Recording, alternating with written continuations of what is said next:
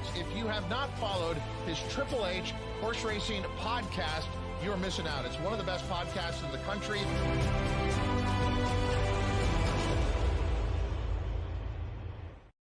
Good morning, everyone here in the United States and across the world. This is the HHH Racing Podcast, episode 25 of Weekend Warriors, and we are here with live coverage, audio and video of the fantastic races in Saudi Arabia. It is Saudi Cup Day, and we're here to cover the final three races, two Group 1s and a Group 2 live right here on the HHH Racing Podcast. I'm your proud host, Howard Kravitz. Thank you very much for joining us today. I'm very excited. We always have big viewership and listenership. Please make sure you hit that subscribe button on the bottom right-hand side of the screen if you're on our YouTube channel. Again, the best way to watch us right now is to go to our YouTube channel, hhhracingpodcast.com. Is also our website. But just go to YouTube and type in HHH Racing Podcast in the search bar. Make sure you, again, hit that notification bell on the top right and smash that like button underneath the video player. You can listen to us on Apple Podcasts, Spotify, and Anchor. And, of course, you can also follow us on X at HHH Racing Pod. We also have a fantastic website, as I said, hhhracingpodcast.com. They've completed, we're through race 6. There are 3 more races left. We're going to be jumping in right away because yours truly and our good friend Davy Lane, who's going to be on here in just a moment, along with Emmet Kennedy, who also will be on here in a little bit. Myself and Davy and a friend, we are live to the Pick 6, so we are very excited.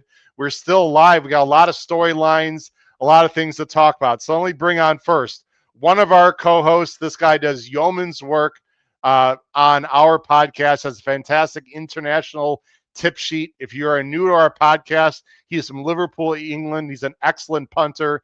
He punts tracks throughout the world. And besides that, he's just an awesome guy. Let's bring him on right now from Liverpool, England, Mr. Davy Lane. Davy, welcome back to the show, my friend. How are you? Thanks. Good to be back, Howard. I'm feeling okay. I'm in good shape. I'm in a neutral color today. Got the beanie hat. Cold outside, so I'm just staying warm. I'm in the zone. I don't want to disturb the zone, for the next 3 races, I know the zone. We're crossing our fingers, my friend. We'll talk about our Pick 6 in a little bit. There's a lot going on right now. Let me quickly get to some comments right now, Dave, and then we'll get right to the Neom Turf Cup. First of all, Trish Smith, our great viewer from Lexington, Kentucky, home of Keeneland, as you know, Davey. Let's go. Wanting to see Forever Young pull off another great win. Trish, I could say this for sure. Myself and the gentleman over there, we want Forever Young for sure. Now at this point, Katie is here. We got a lot of people in the chat, I'm sure. Julianne, what's up? Julianne, new to the chat. How are you? I believe in Forever Young. So do we. A lot of Forever Young fans out there, Davey, obviously. Mike Saletta is here. Long day of racing. Good luck, everyone. Thanks for joining the show. Racing Downwind, Dave Duncan. Good morning, all. Looking forward to watching Forever Young run again. So are we. Please put any comments you have in the chat. We're obviously not going to be able to get to all of your comments. We love to see comments in the chat. Matt Manjunkin is here. Christopher is here. So good to see everyone. All right, Davey, let's get into it right now, my friend. I'm going to go ahead and bring up the past performances first. And we have to be very clear. We're showing the American past performances. For any of you that are watching across the world, we're showing our Daily Racing Forum past performances. These saddlecloth numbers, or the numbers in the program, as you know, Davey, are not necessarily the same as the post or gate draws. We will be talking about that specifically. So let me go ahead and bring on right now, Davey, the Neom Cup Turf. It's a Group 1. It's 1 mile and 5/16. There are about 20 minutes to post. Again, Emmet Kennedy hopefully will be on, ladies and gentlemen, in a little bit. Let me make this bigger, Davey. Let me go through the whole field, and then we'll talk about some specific horses. Aloha Ali from Japan is the rail. Salawi is breaking the post 2. Factor Cheval, a veteran who's won almost $5 million with Mikhail Barcelona is the 3. Shin Emperor, a very classy animal. It's been a bit off form lately, though, dropping down in class, I think is fair to say. Again, these odds you see on the screen right now, ladies and gentlemen, are morning line odds. Those are not, I repeat, those are not the current odds right now. Phantom Flight, 12-1. Direct Security, local horse. Royal Champion, who I believe is the favorite right now in the Whirlpool. Yes, at 9-5, Davy. Right now, Royal Champion in the Whirlpool. Yumanin Bouclier, a Japanese horse at 12-1. Galen is 20-1 morning line. Davy, he is 5-1 right now for Joseph O'Brien in the Whirlpool. Not taking nearly as much money, though, in your neck of the woods. We'll talk about that. And then there's Servi, a horse I know you're very interested in, who morning line was 5-1 for George Bowie. And then you got Polite Porto, a long shot from a local horse. All right.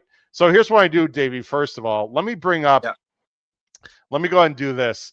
Let me first bring up some odds, and I'm going to refresh this because we might get current odds updated on here. And if not, we can go a different direction. I've got a lot. Yes, we do.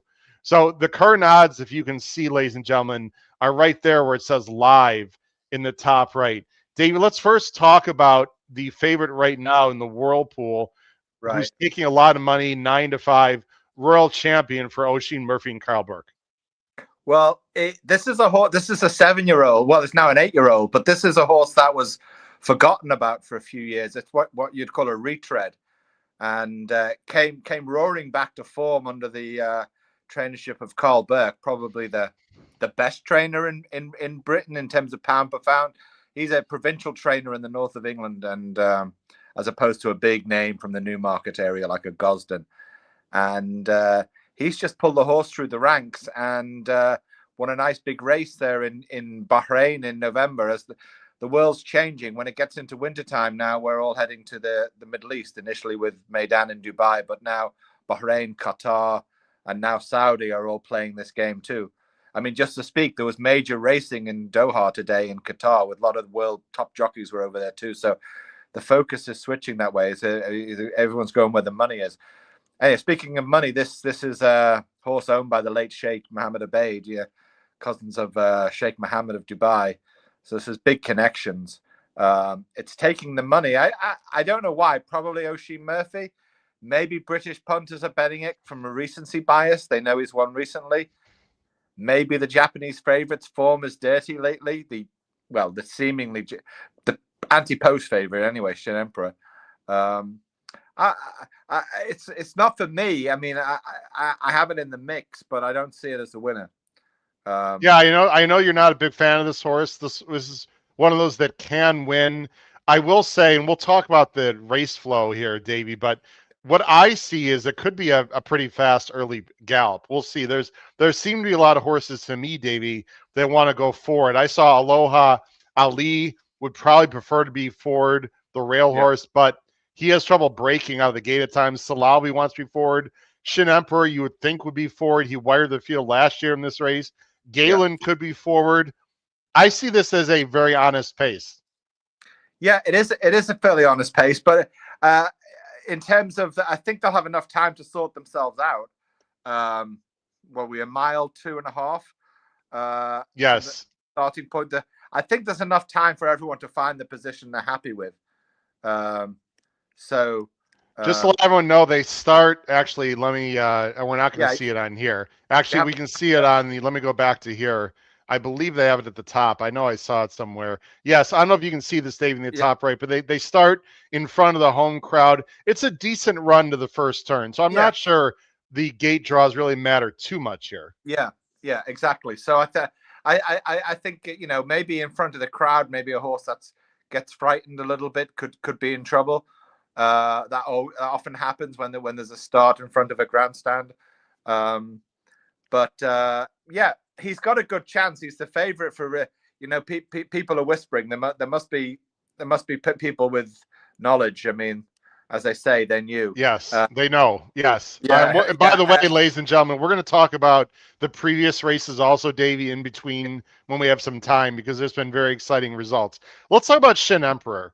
First of all, in here in the States or in the Whirlpool, he's 6-1. Now, considering there's a lot of money in the Whirlpool, especially in Asia, I consider this horse completely dead on the board at sevens. I don't know if you agree with that. 6-1 here. Well, he's very classy. He's classy and talented, Davey, and he won this race last year on the lead as we were watching it live.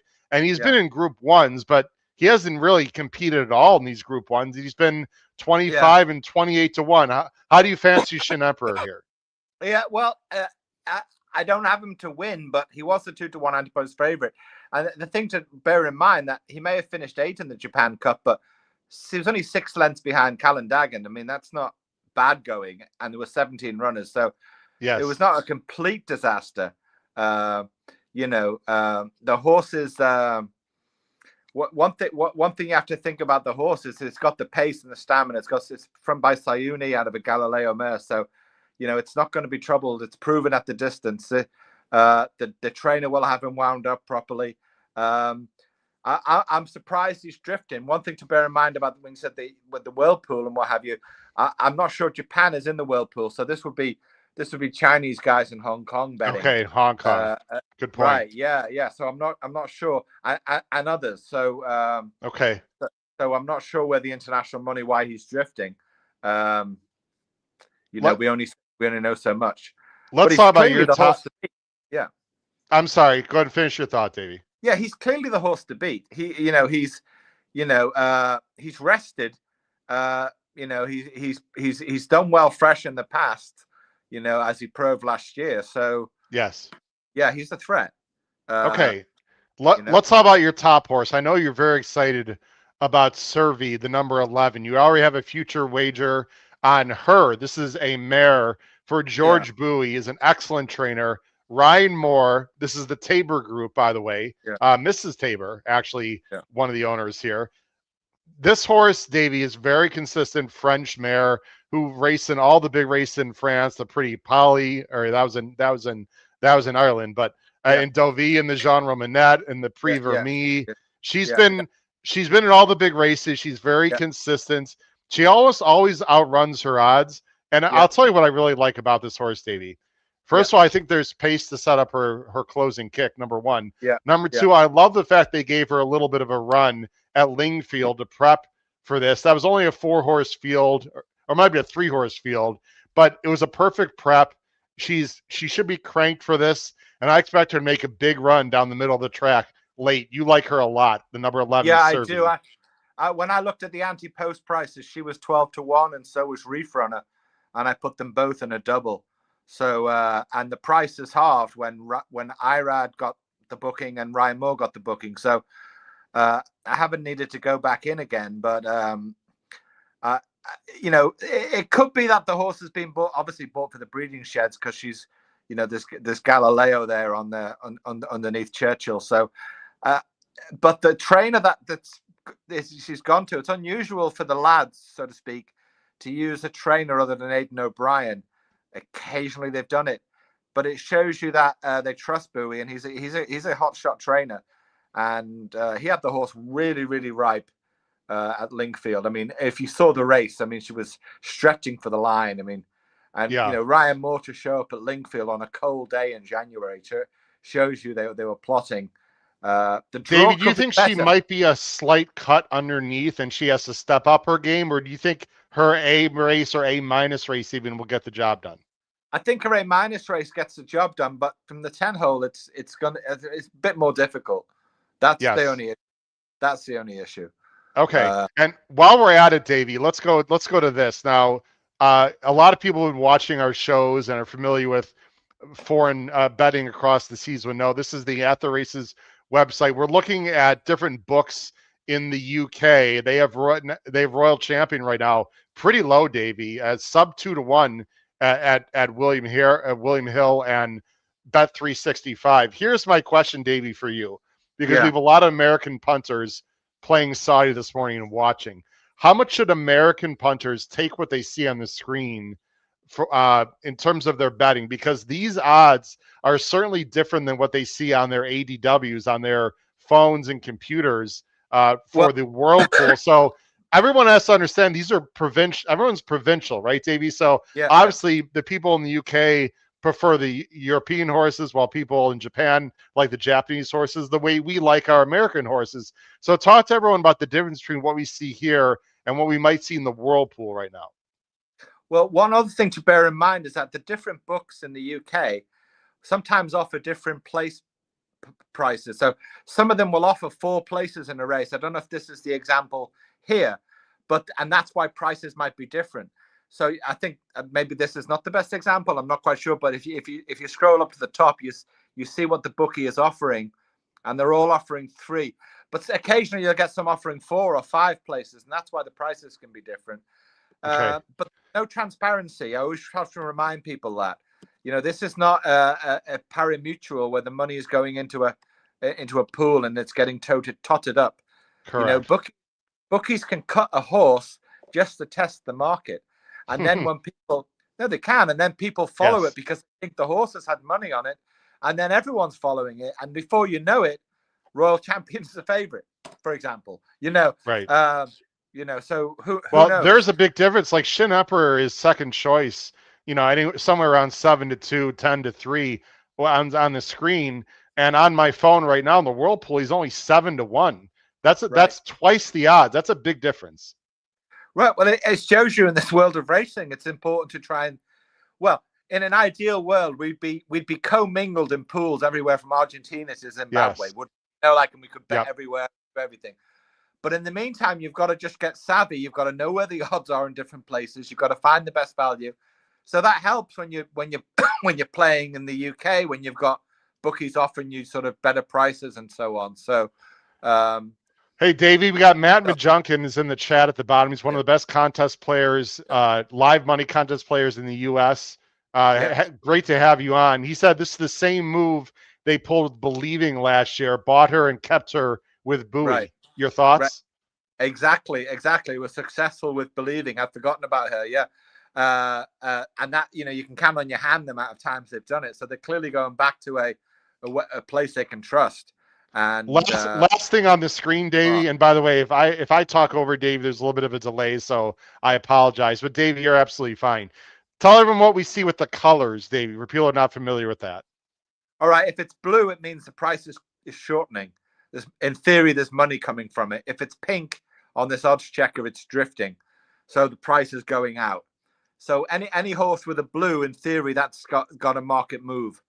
But there isn't necessarily consistency because some books will have a horse drifting and some have, of course, somewhat and so on.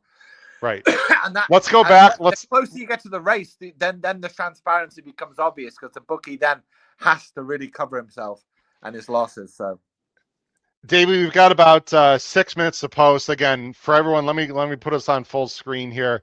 Howard Kravitz, Davey Lane. This is the HHH Racing Podcast. If you're not familiar, one of the fastest growing, most popular podcasts on YouTube here in the United States. We have over 1 million views on our YouTube channel. We're very excited about that. We have live shows Tuesdays, Wednesdays, Thursday nights, and of course, sometimes here on Saturdays in the States. And this is perfect timing because they'll thumbs up in the background. Emmet, if you're ready for us, whenever you're ready, just give us a thumbs up, Emmet, and we'll bring you on screen as he's going to get himself ready there. Let's talk about the rail horse, Davey, who I think is really interesting here. This is a Japanese horse, a 4-year-old, Alohi Ali, who actually ran in the arc. Arc, did not run very well, but that was the arc. It was soft that day. Yeah. The horse wanted to be forward. It was sort of in between horses. Was bet that day for Lemaire at 9-1. Won very well in Davy in August on the lead. This is a horse that might be on the improve here off a layoff. It has to work out a trip from the inside. But I think Aloha Ali is very interesting at 10-1, Davey. Yes, so do I. And the horse gets the firm ground it needs. It's lightly raced. It's good fresh. It's a real danger. The only trouble is if it gets stuck on the rail. So it would be there for what brings them out. But it's by a Japanese Derby winner, Duramente, out of an Ofrev mare. Ofrev was the horse that almost won the ARC for Japan. So it's all distance. So it's going to have no problem getting around and holding on. I think so. Emmet, give me a thumbs up if you're ready there in the green room to come on. All right. We are very excited. Let's bring him on because this gentleman has become a friend of the show. He does a tremendous job. The Final Furlong podcast out in Ireland. I'm sure he's got millions of fans ready to watch him on screen here this morning. Let's bring him on from Ireland. Emmet Kennedy. Emmet, welcome back to the show, my friend. How are you? Howard, Davy, good to see both of you. Sorry for getting the time completely wrong, but different time worries, zones. My friend. Talking about racing on a different continent. I've been focused on jumps racing, but I have to say I've been really enjoying looking back on these races in prep for this. And hopefully we'll do Dubai as well, boys, because it's not competing with Grand National this time around. So, I'm looking forward to this, and great to talk racing with both of you again. Yeah, thanks for coming on, Emmet. We only have 4 minutes to post. Let me get we've gone through most of the main protagonists here in the Neom Turf Cup. Of course, it's a Group 1 this year. I'm at 1 mile and 5/16. Who do you fancy in this race? I'm somewhat taken aback by the fact that Royal Champion is the 7-4 favorite for this. I mean, look, he ran a fine race in the Irish Champion Stakes, almost justifying the fact that they brought him over for that because he was a big old price that day at 25-1. But look, he held Shin Emperor on that occasion. We obviously had Shin Emperor in this race a year ago. He was very disappointing at Leopardstown in the Irish Champion Stakes. I know that they were extremely confident that he was going to run a big race, and apparently he'd worked well beforehand. He tested fine after the race. I do wonder, is he a bleeder? And it's just not been talked about. I don't know. That was pretty bad. He was fine against Clandagan. Clandagan, I think, would beat this lot pretty senseless. And he has at least had a bit of a prep run. So it is, as a defending champion and coming from stall 4, and last year's 1, 2, 3, 4 were checks notes. Last year, the 1, 2, 3, 4 were 3, 2, 4, 1.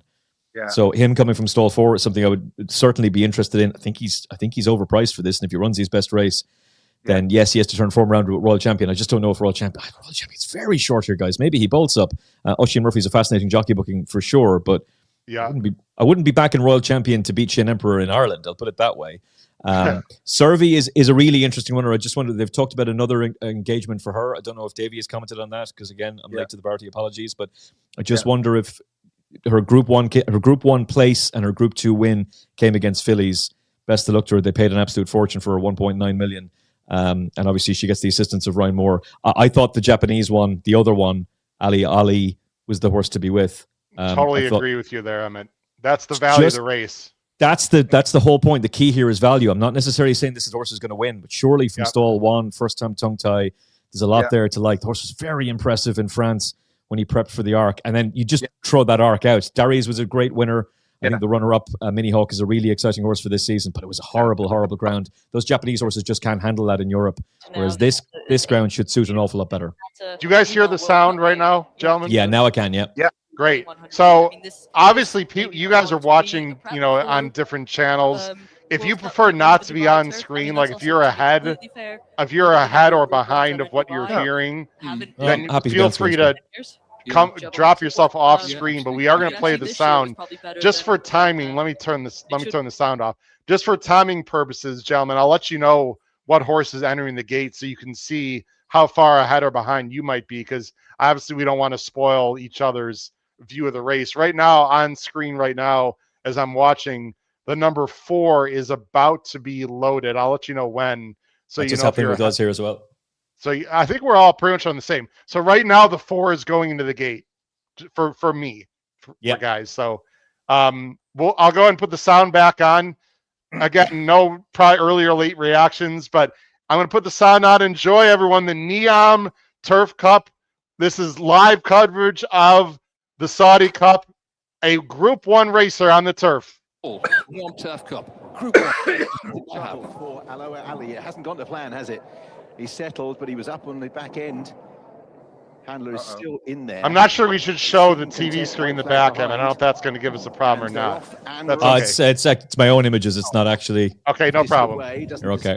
The one didn't break great, by the way, guys. At this stage, no sign of Shin Emperor near the lead like last year. So as they make their way up the home straight for the first time, it is Yamin Bouclier in company with Galen, who's invested plenty to move up into second place on the outside of Salawi. Yellow jacket of Royal Champion, 5th place for Shin Emperor. No real attempt to lead. Certainly no attempt to lead for Factor Cheval, who was swiftest away from the gates, is settled in midfield. Aloha Ali is quite keen on the inside of Phantom Flight.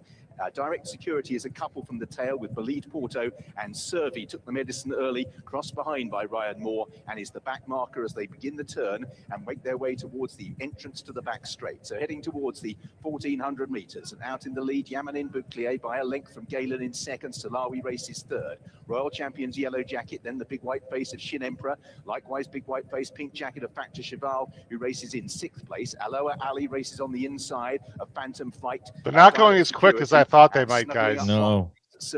This looks very slow up front. I'm also surprised that I'm surprised that stall 8 is leading stall 9 early on.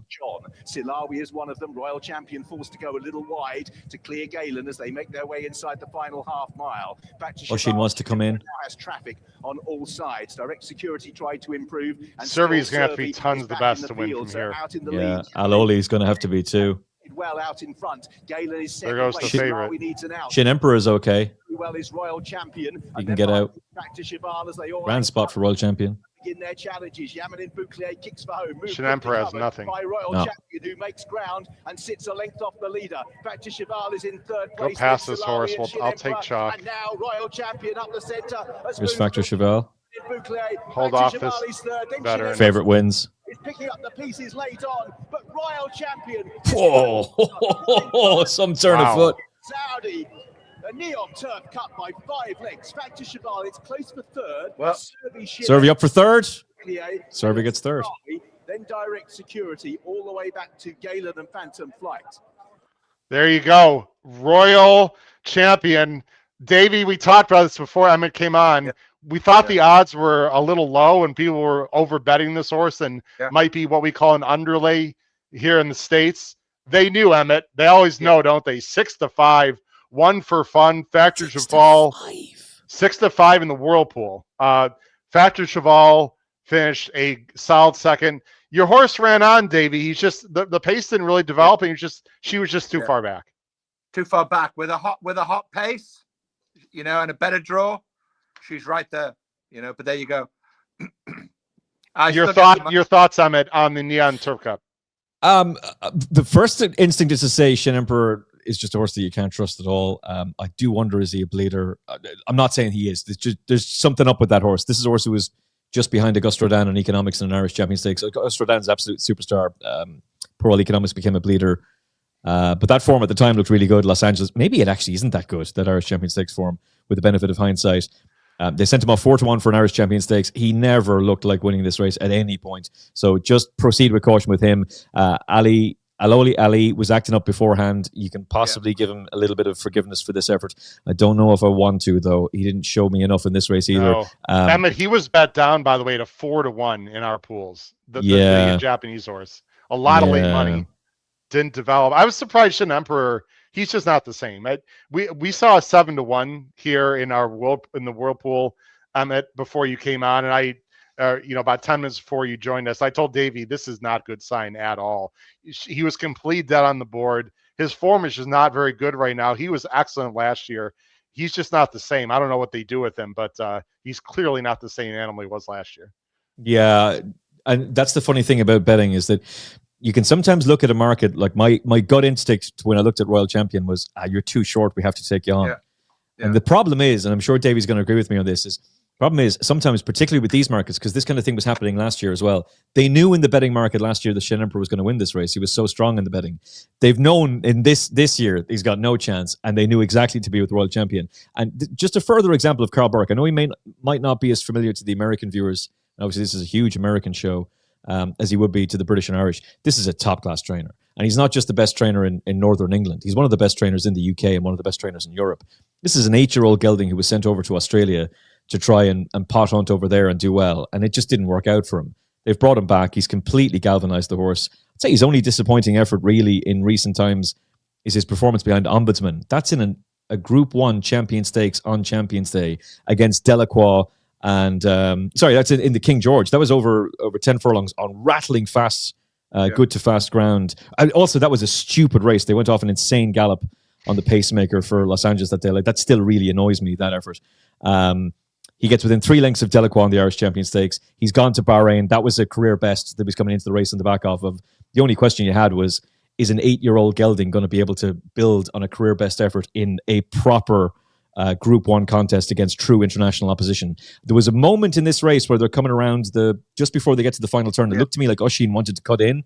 I actually think Oisin was just going, keep me going, lads. Keep towing me into this race because I'm going to burn you lot off. And that's exactly what's happened. Really, really impressive performance. Great ride from Oisin Murphy. But just tremendous training from Carl Burke again. I mean, for an 8-year-old to do that, Davey, I mean, in general, I know that every horse is different, like humans are, but in big group races, like in general, once they reach, for me, about age 7, it's usually a no bueno for me. But I'll tell you what, you're exactly right. This horse, that was a $3 million race. That's 1 point. This horse has now earned, about $3 million. Incredible. And can we give a shout out to Factor Cheval, guys? Because this is another veteran, a 7-year-old. So it came 8-year-old, 7-year-old. There it is on the screen, Emmet. Factor Cheval. What a job they've done with this horse. This horse now goes over the $5 million mark for Team Valor. Yeah.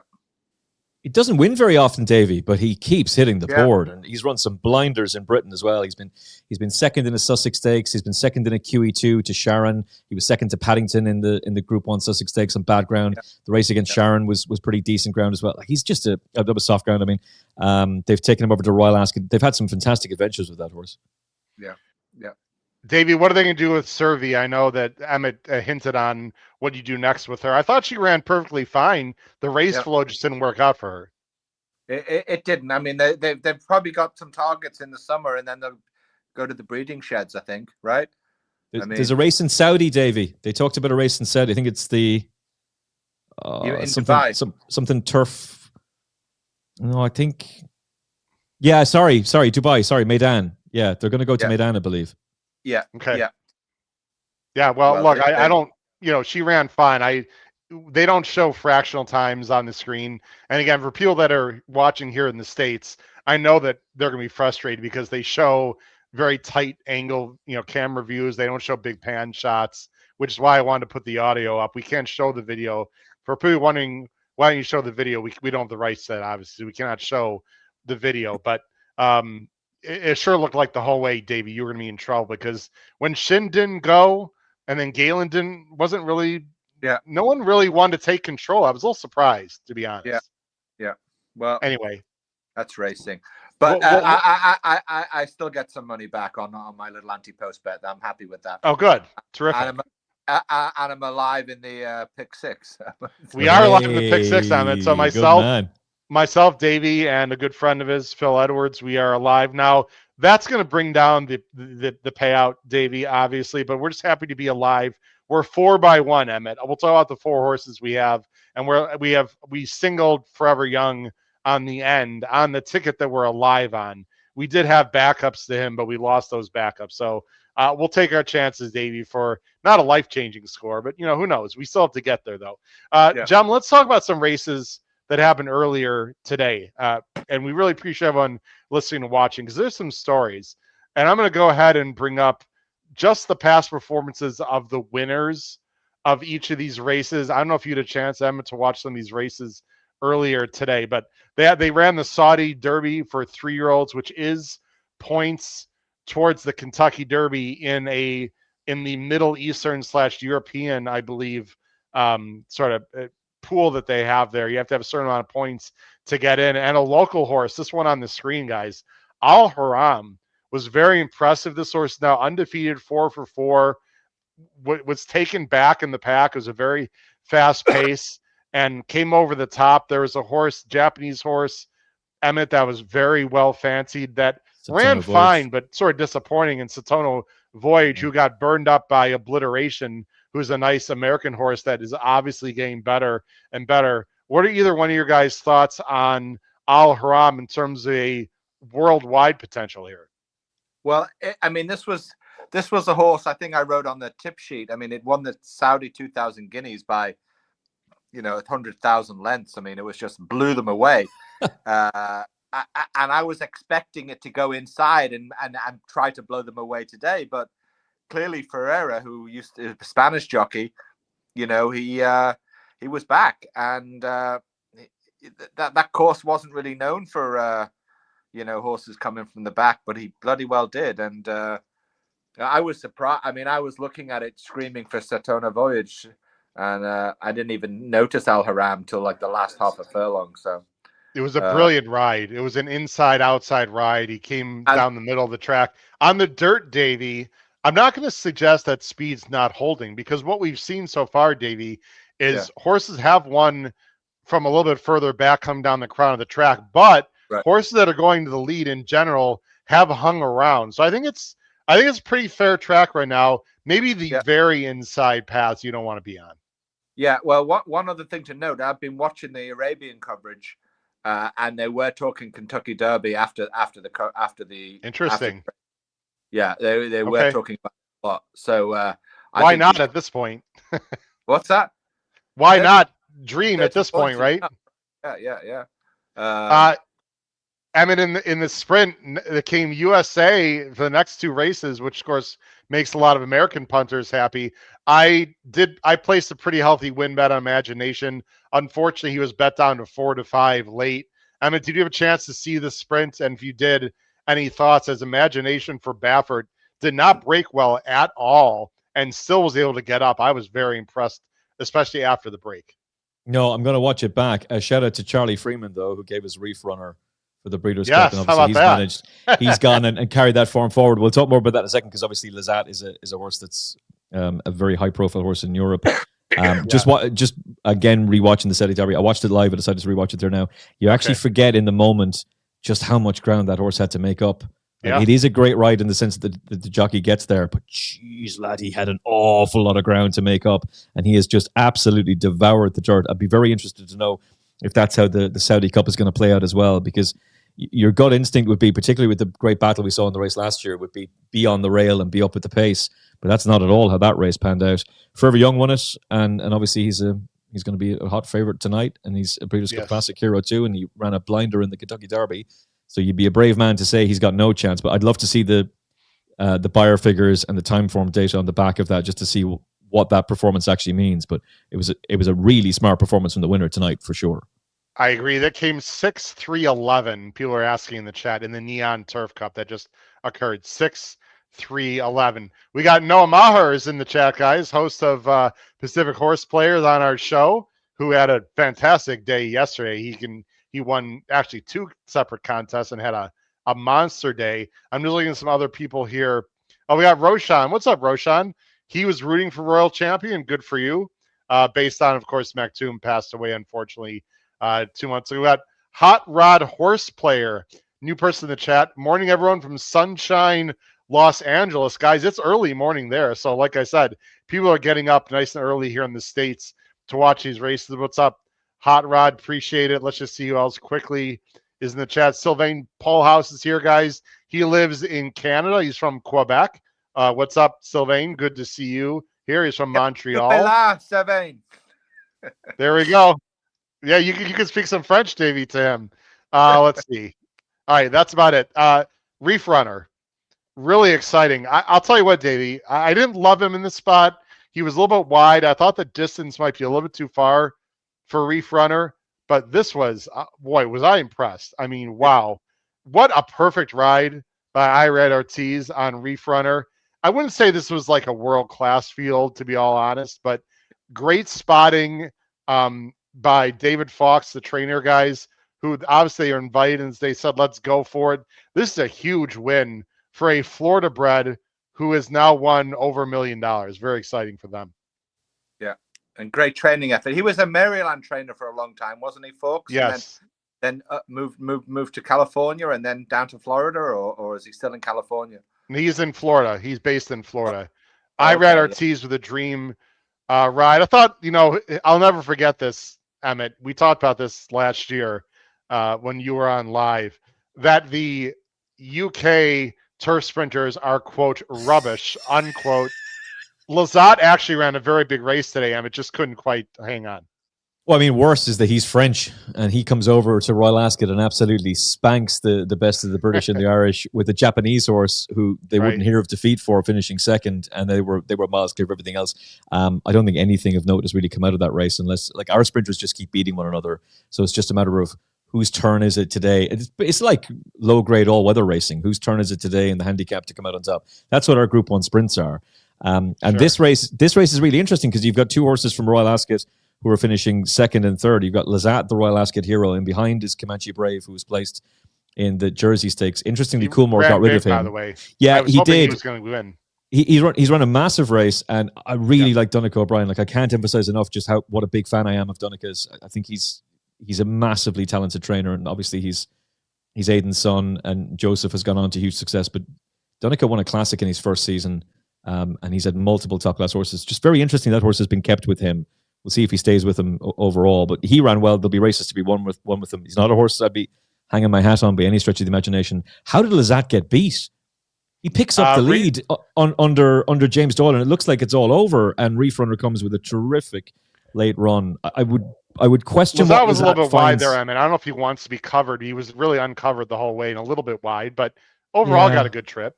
Yeah, I thought Lazat had every chance to go. And like, basically, I agree. It's over. He should have it won, but he's not able to hold off the American speed of Reef Runner towards the end.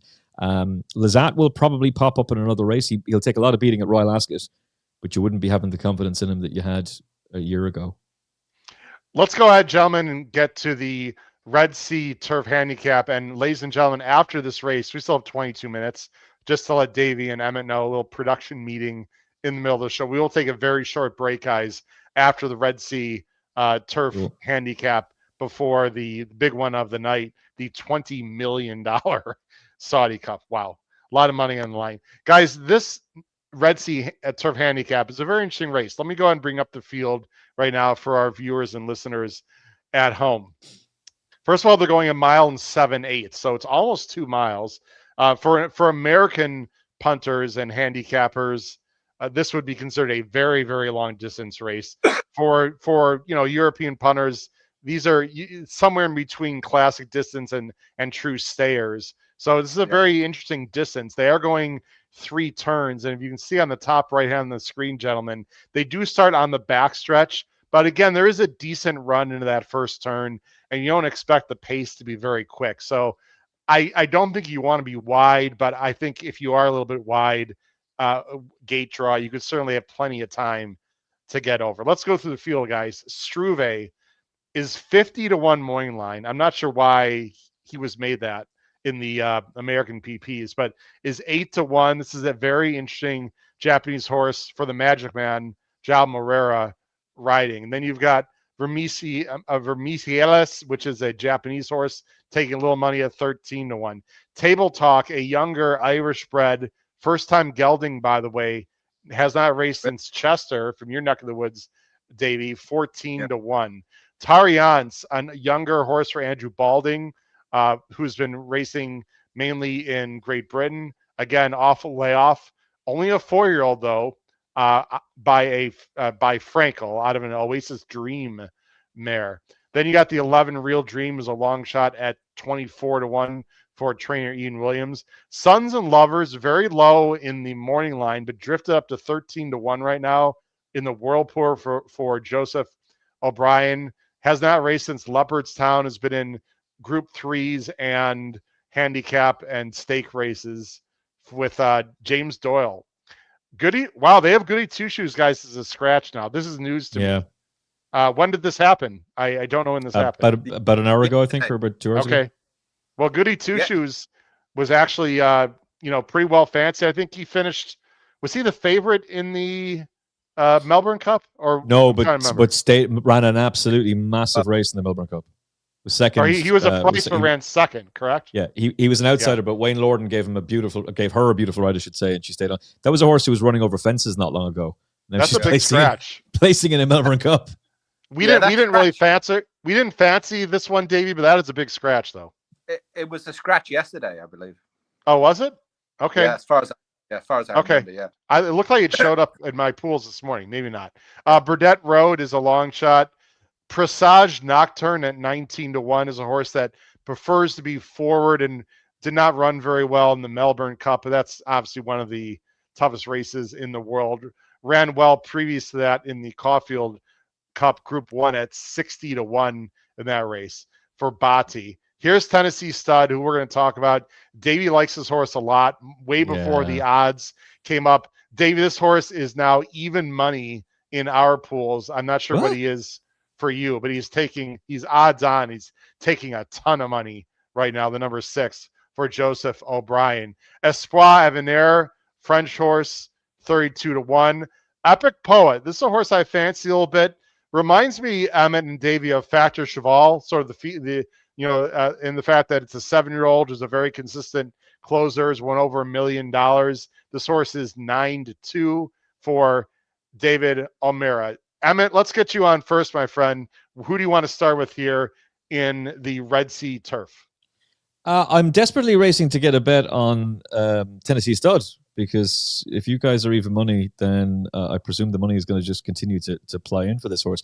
We're talking about a horse that was Group 1 place last season. You can question the strength and the depth of the Derby if you want, because Lambourne was very disappointing in the Great Voltigeur, and well, he was even worse afterwards.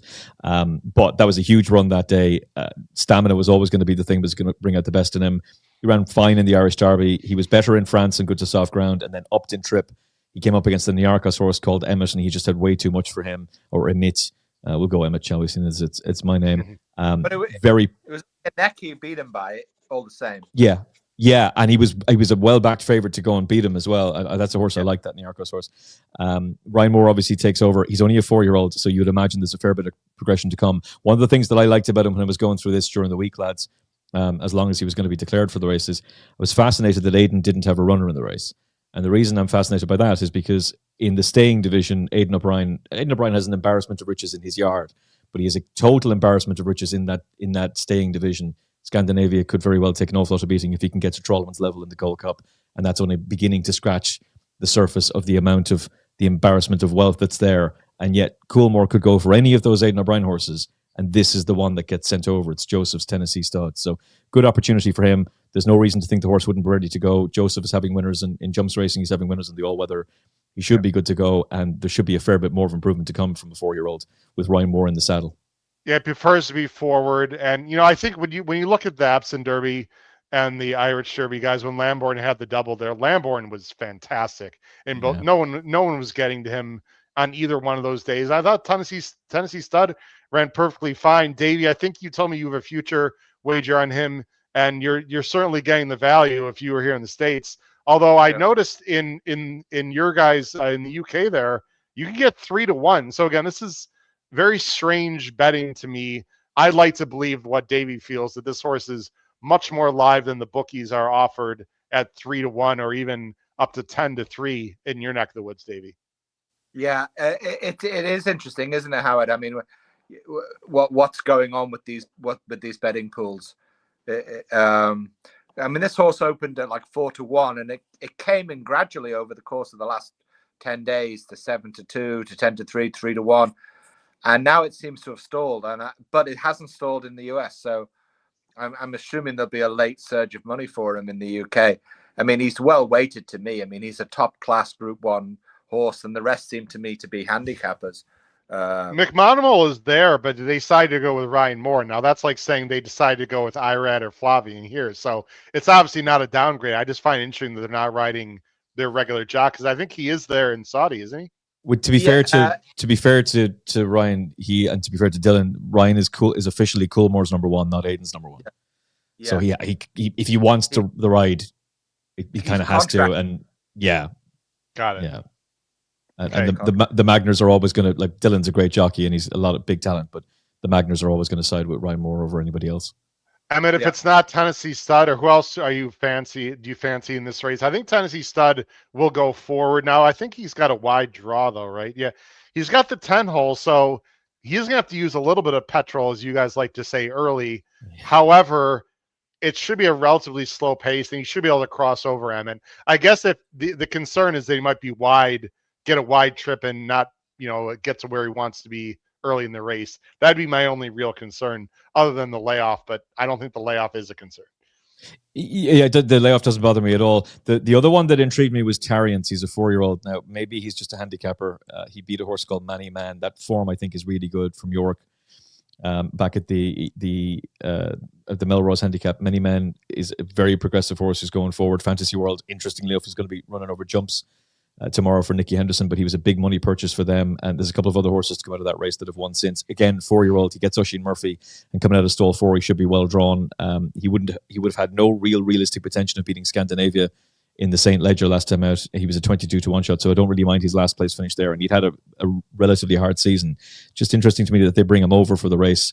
And having the assistance of Oisin Murphy is a big help. So Tariance was very interesting given his age profile and the fact that he can come forward.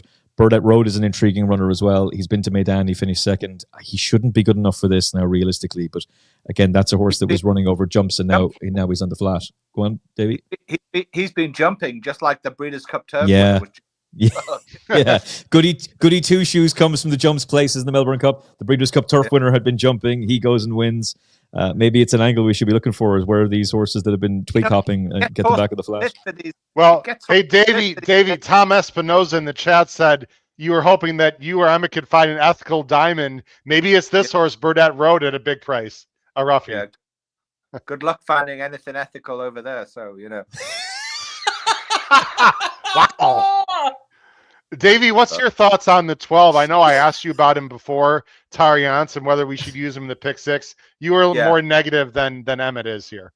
Yeah, I'm equally negative. I think he's just picking up a ride. It's just throwing. It's a judgment, right? So it's throwing one for the race. They want to be represented. No, not for me. What's your thought on Epic Poet, guys? Because he's very consistent. He always runs his race, but he is an older horse, which hasn't seemed to bother horses today. He's down to 4-1 for David O'Mara, who I have a ton of respect for, guys. And obviously, the jock knows him well. I don't, if Tennessee Stud doesn't run his race, isn't this one of the more logical ones, or no? Oh, yeah, he was second in the race a year ago, to be fair. Now, Sunway is a horse I wouldn't trust as far as I could throw him, but Sunway suddenly bounced back to form to win a Group 3, having been finally gelded by David Manoussier, and Epic Poet finished second to him. In behind was a horse called Meydan, he's in one of these old rogues, but he'll surely come forward on the back of that. He's been a big money spinner for them over the years, and again, if he placed in the race a year ago, David O'Mara will have him spot on. Danny Tuttup rides him well. I'd be reluctant to be dismissive of him. I love Rebel's Romance, you know that, and this horse was second to him, and he was the one who really gave him the fright when they stretched Rebel's Romance out and trip. So very interesting runner. No surprise to see the money coming for him. I think the Coolmore team would be a bit disappointed now if Tennessee Stud was beaten by him, but bear in mind, Continuous was sent off 5-2 for this race a year ago, and Continuous, well, he's a pacemaker these days. I think we bet him. Weren't we high in Continuous last year, Davey? He was really disappointing, if I recall. Yeah. Davey, your thoughts on Epic Poet? He breaks into 12. Again, that's not ideal, but probably is not a deal breaker if you like him. Not a deal breaker over this distance. At Meydan, he was sweating horribly before his last race, and it looked like he was wiped out. But it didn't affect him, and he hard charged the line, and he threw off that. What's the horse that went to the horse called Meydan at Meydan? Right. Finished third. Yeah. So that surprised me. So clearly he's up to a certain level, but I don't think it's Group 1 level like Tennessee Stud has. So. I'd be fairly confident in Tennessee Stud here today. My only question would be whether Struve has something. That's the only issue. Will a Japanese horse put his hand up? I don't know. This horse is interesting to me because, first of all, the morning line's ridiculous. He's 8-1 in the Whirlpool. Let me see what he is in your neck of the woods, guys.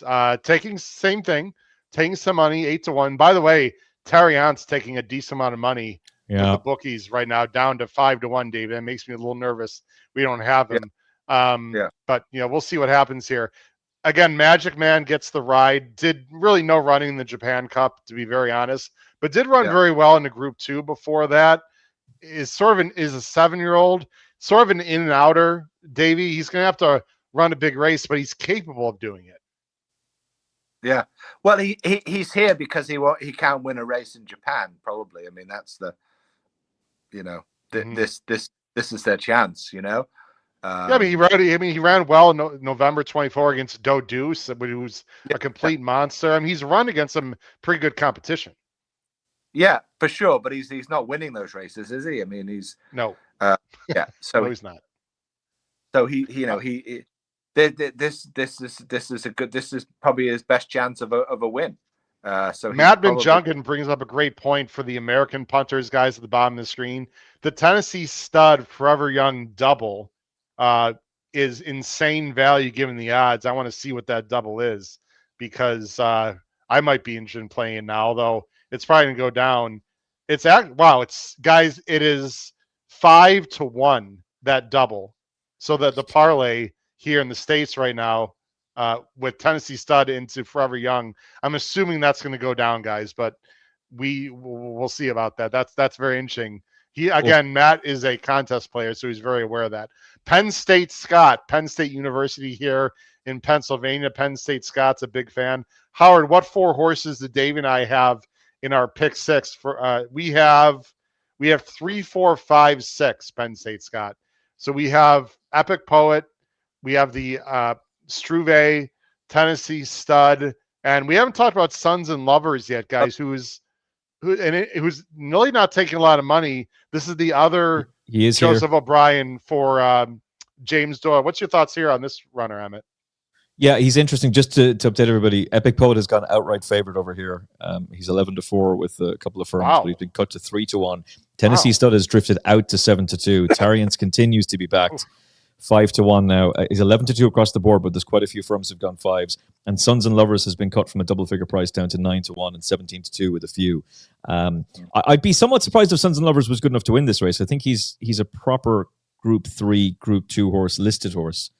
On this side, on our continent, I'll say, Davy. That third behind Convergent was not so bad at Leopardstown, though, was it, Emmett? I mean, and Convergent's a proper horse.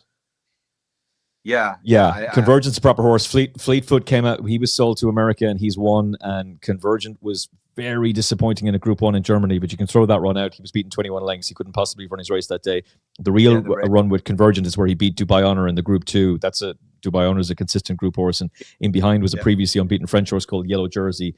Bay City Roller is a pretty decent horse as well, who's run very well in top trial races in Britain and Ireland and France. I mean, he's got Ombudsman on his form lines, Los Angeles, Galen, Hatem. Is the step up in distance a concern here for Sons and Lovers?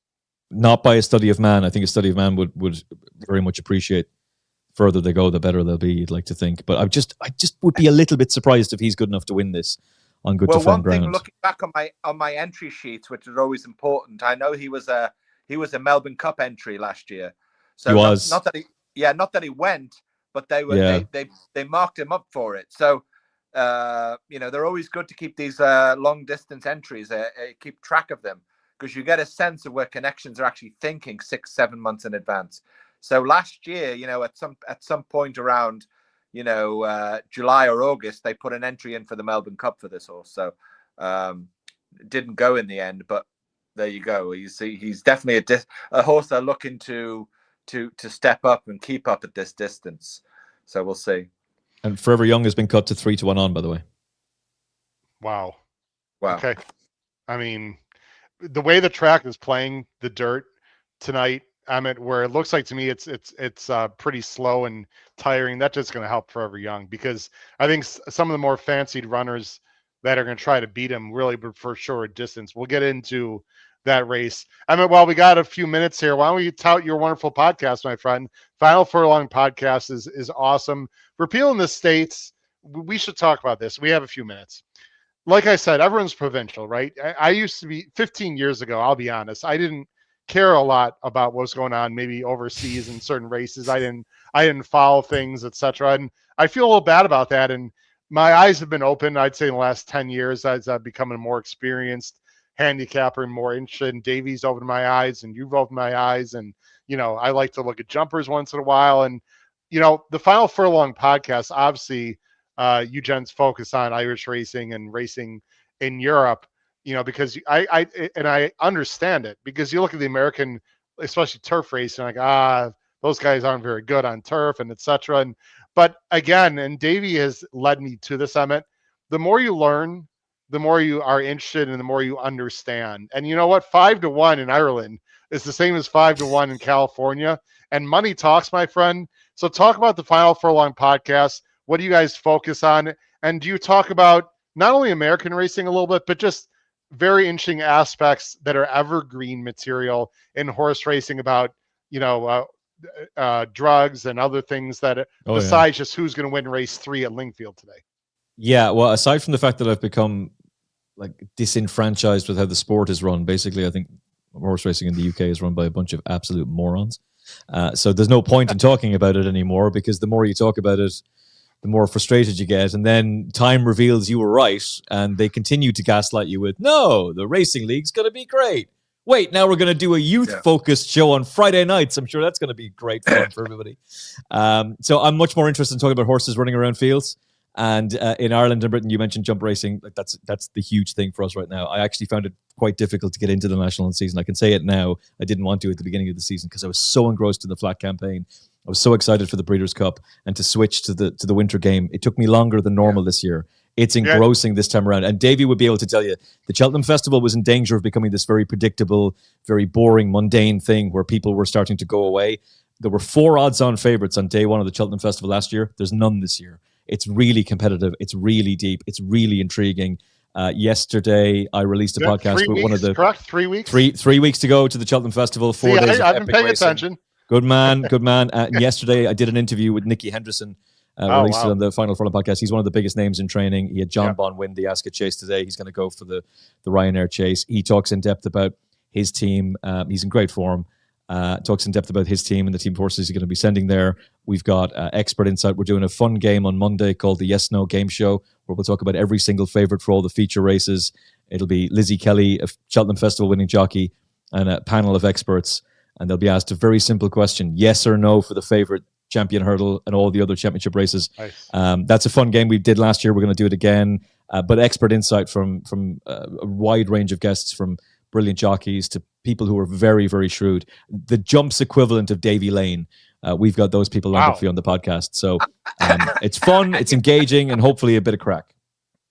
I just have to have add a name into the conversation on that and spring back and then go forward. Dermot Weld. He, jockeys may have travelled to races around the world over the years, whether to India or Australia, what have you. But he opened the doors by sending a horse to the Melbourne Cup and winning it, and then sending a horse to win the Belmont Stakes and what have you. So now we just have to think about how that Dermot Weld move is going to be multiplied, 100-fold, because the way the world is going with the race thing, it's almost like there's a major festival somewhere important. Now we've had the Dubai business, the Saudis have jumped on that, and soon, given all the horses that the Indians are breeding, there'll be an international festival in India as well that American horses will go to, and so on. And eventually there'll be money in Argentina and Brazil for this. We just saw Frankie in Brazil. So I think you've all got to get your heads around the fact that it may not be the 1 or 2 big festivals in your own jurisdiction, but maybe 16 festivals around the world, from Brazil, Argentina, South Africa, India, Saudi, and that's the clock that you're rotating around. And now that the traveling is so much more better organized, I mean, I know the Americans had trouble shipping horses to the West Coast recently, but generally the way they ship horses is come along leaps and bounds. I mean, they understand so much more now. I'm sorry to interrupt you. They're going to the gate, Davey. Appreciate your commentary. This is the Red Sea Turf Handicap. It's a Group 2. Tennessee Stud is 3-2 in the Whirlpool. Epic Poet not far behind it, 2-1. Good luck, Davey. I need the 3, 4, 5, or 6 to stay alive in the pick 6. Good luck. Crush your bets in the Red Sea. Go ahead, Davey. Yeah, who's the longest one on the board? What do we really want, Howard? Sons and Lovers is 16. Either Ireland. Oh, that will do. That would do. Good luck, everyone. 9 on a glittering Saudi Cup night. It's Richard Hoyles. Richard, you're familiar with plenty of these good handicaps.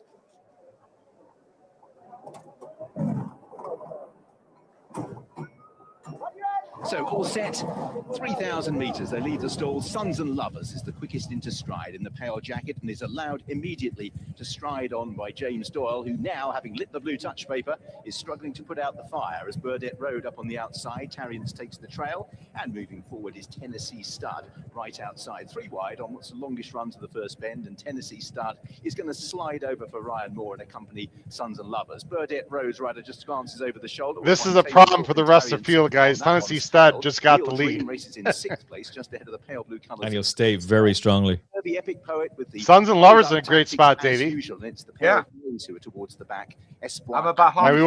We won't talk much over the commentary, ladies and gentlemen. Nocturne. So now, having got Tarriance is in a good spot for rushing.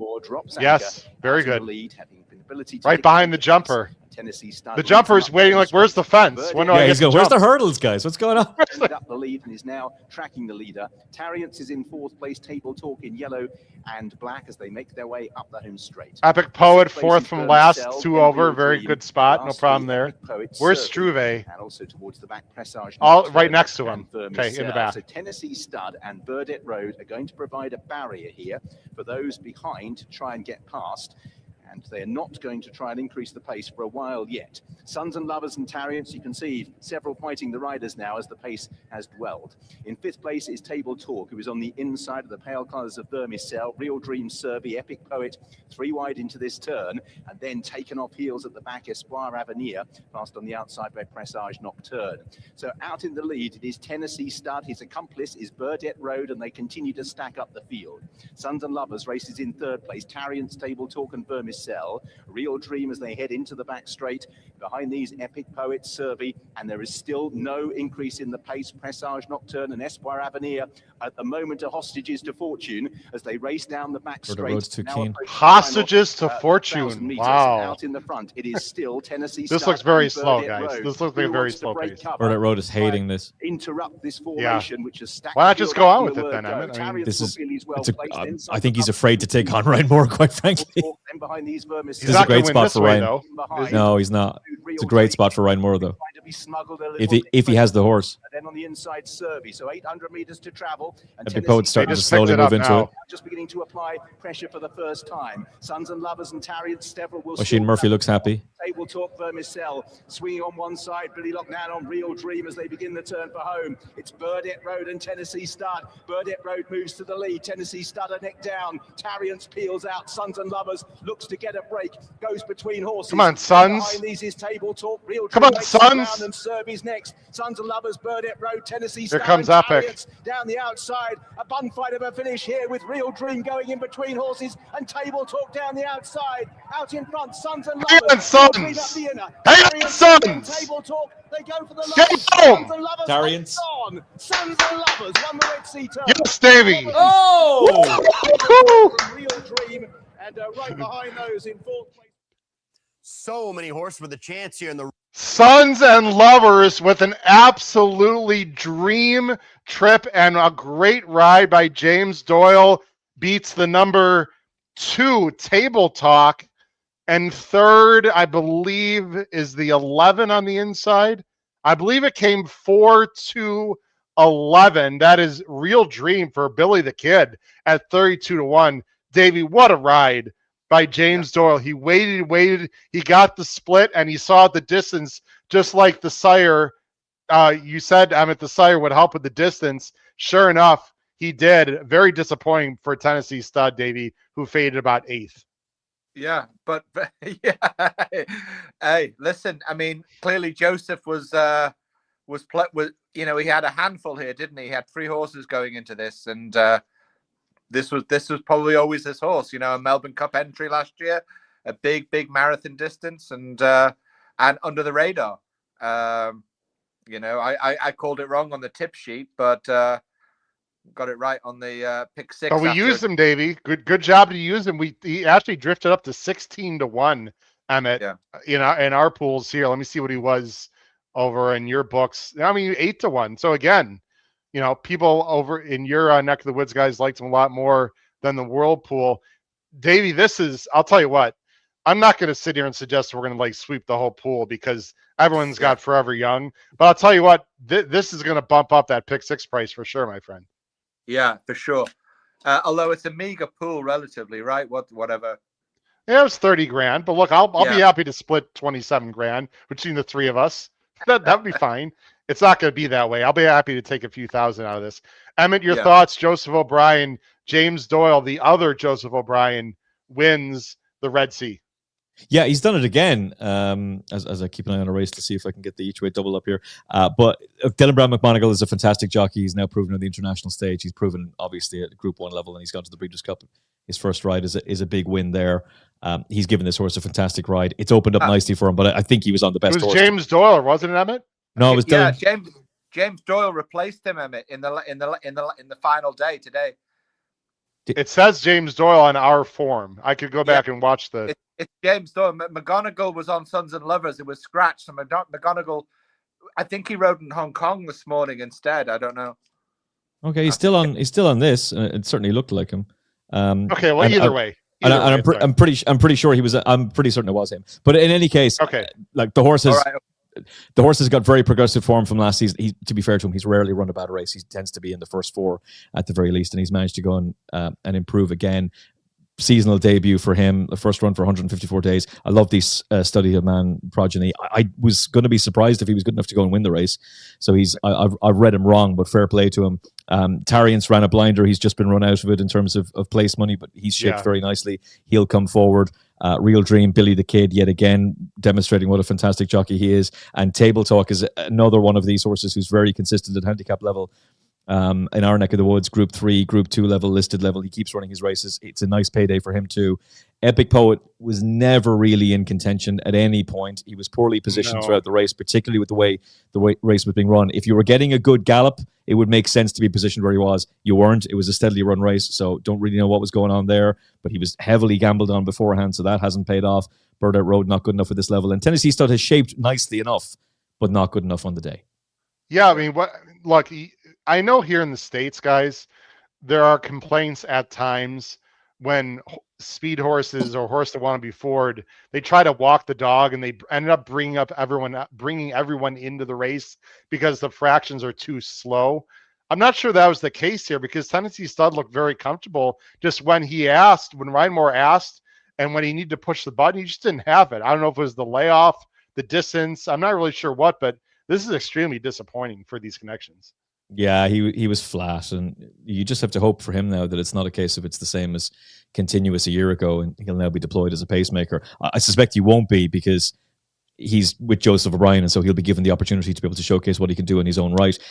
It does just bring into stark contrast again, though, that Derby form, because at the time, the Derby looked really interesting. It looked like a powerful front-running display from Lambourne with Lazy Griff in behind. You look back on it, like Tornado Alert has come out. He didn't stay. He's won at Group 1 in Germany. Delacroix was much the best horse in the race in terms of overall form. Didn't travel really.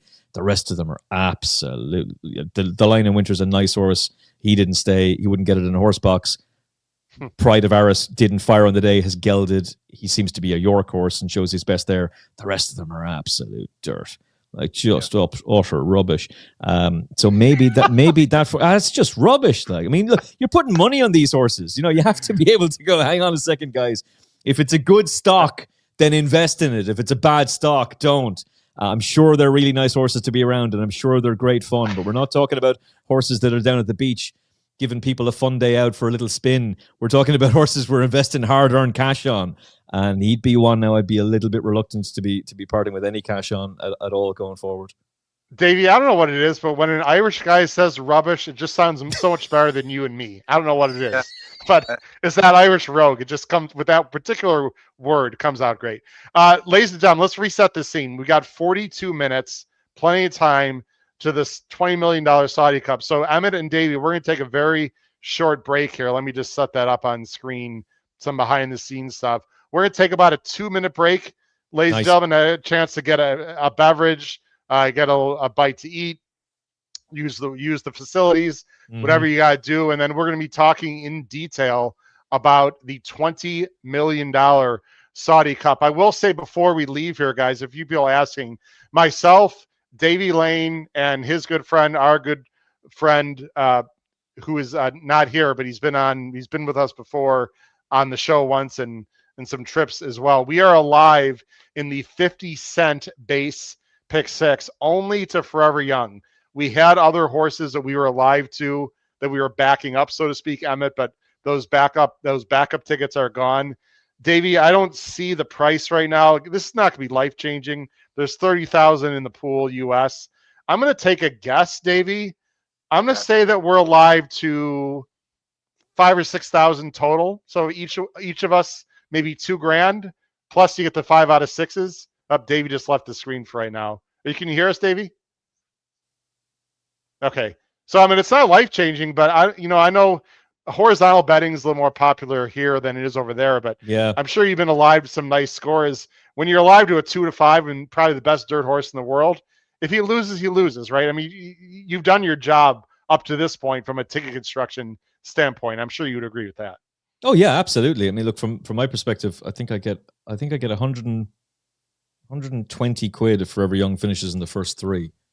That's my work done as far as I'm concerned. And it doesn't really matter if he wins. If he wins, great. But it's a scumbag each way multiple, which I'm a big fan of.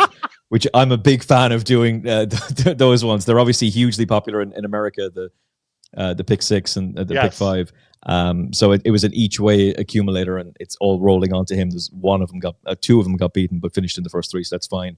I had a horse Beckett Rock just placed there in Goran Park, so that's secured that going on to this fella now. So yeah, look, that's what you want to be building towards. I think from the perspective of betting on a race like the Saudi Cup, when you're looking at a dominant favorite like Forever Young, you've got 2 choices. Unless you're a multi-millionaire, and in which case you have the money to be able to go and get stuck into a horse. You either want to be with Forever Young, and then you have to find a way to build up enough bets that accumulate something special to be going on to him, in which case you guys have managed to do that. I'll be very happy to get 120 quid for the afternoon's work if Forever Young finishes in the first 3. And if he blows out, well then, at least I didn't have 200 on him and lost it in the attempt to win 1. And I'd be much happier to risk 20 or 40 quid to try and turn it into 120 or maybe 1,000, which is what it would have paid if everything else had come in, and try and secure yourself in that way. It's everybody has their own way of approaching these things, and the thing is, there's no real right answer to the betting game. It has to come down to you as an individual, whether you're betting £7 or £70 or $7 or $70. Right. It's your choice. I personally get a better kick out of it when I'm spreading that out over 4, 5, 6 races. So I'm much more interested in the American style of doing things, whereas there'd be plenty of people who appear on my show who would be horrified at doing even a double. They wouldn't want to do that at all. They would want to do the single. But we'll talk in more depth about the race a little bit later on. But Forever Young is a class act who obviously is going to take an awful lot of beating if he runs his race.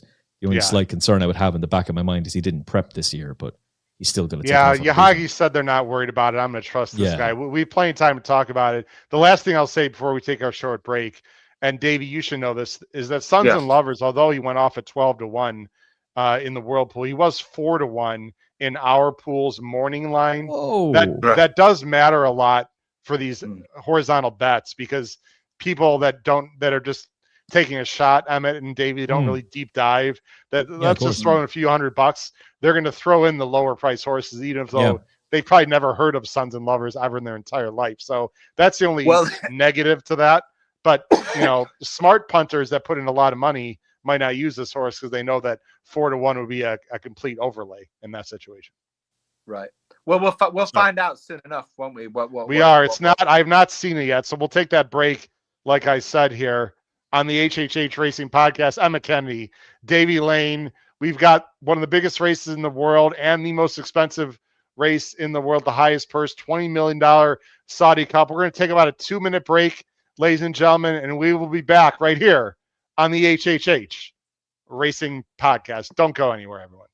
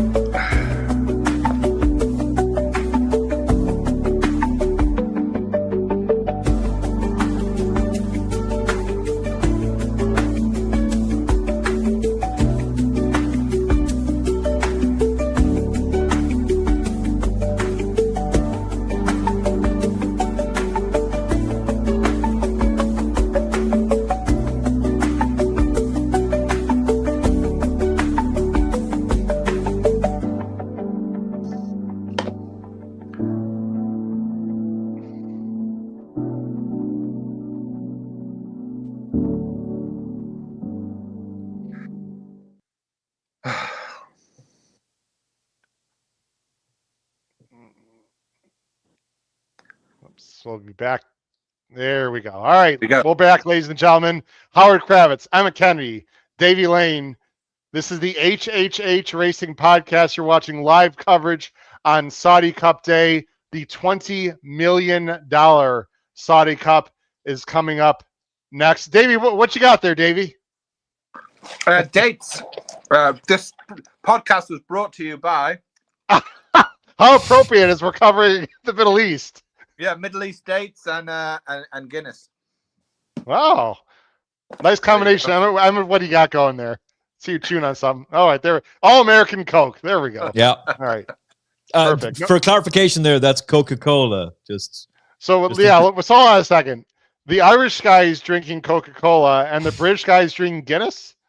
Yeah, well, I'm right. Irish too, Howard. That's capitalism true. at its finest. Yeah. Guys, sorry, what was that, Davey? It doesn't matter. Carry on. Okay. All right. So guys, because I am a math teacher, secondary school for high school, for people that are not aware of that, come up to my 30th year, for God's sakes. Jeez. 30. Whoa, well done. I know. Thank you. I appreciate that. So I did a little math, gentlemen, because I'm trying to figure out what we're live in the Pick Six. I don't know if they're going to actually have the will pays or not. Sometimes they do, sometimes they don't. In these whirlpools, they do. They do. Okay, I wasn't that far off, Davey. We are alive to $4,065 and change. That does not include the 5 out of 6s that I'm assuming there's a consolation 5 out of 6. So, Davey, look, it's not life changing. We only put in $170, and we're alive to, about $1,400 for each guy. Nothing wrong with that, right? That's a nice. It's a nice day at the office. Yeah. Yeah, if we can get it. Providing he wins.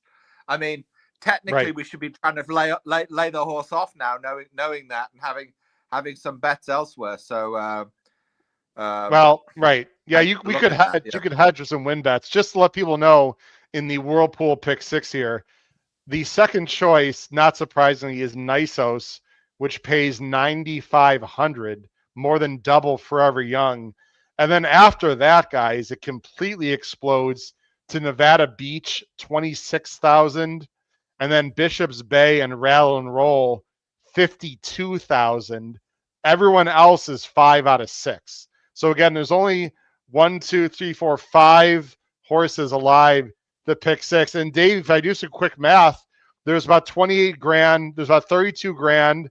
Then they take about 15% off of that. So about 28. So Davey, if I do the math, you, myself, and Phil Edwards are only one of about 7 or 8 people in the entire world alive to the Pick Six. How does that make you feel? Yeah, it's good, man. It wasn't easy. It was a lot of hard work this morning, I mean, scribbling down numbers and going over stuff, so for sure. Yeah. And so gentlemen, let's get into the race. You got 28 minutes left. Before we get into the past performances, let's talk of the overall view of this race. Forever Young was absolutely outstanding. We don't need to show his PPs yet. Was absolutely outstanding, guys, in the Breeders' Cup Classic. I know some people on our podcast needed him in a contest play, and he just ran a complete banger. He was fantastic.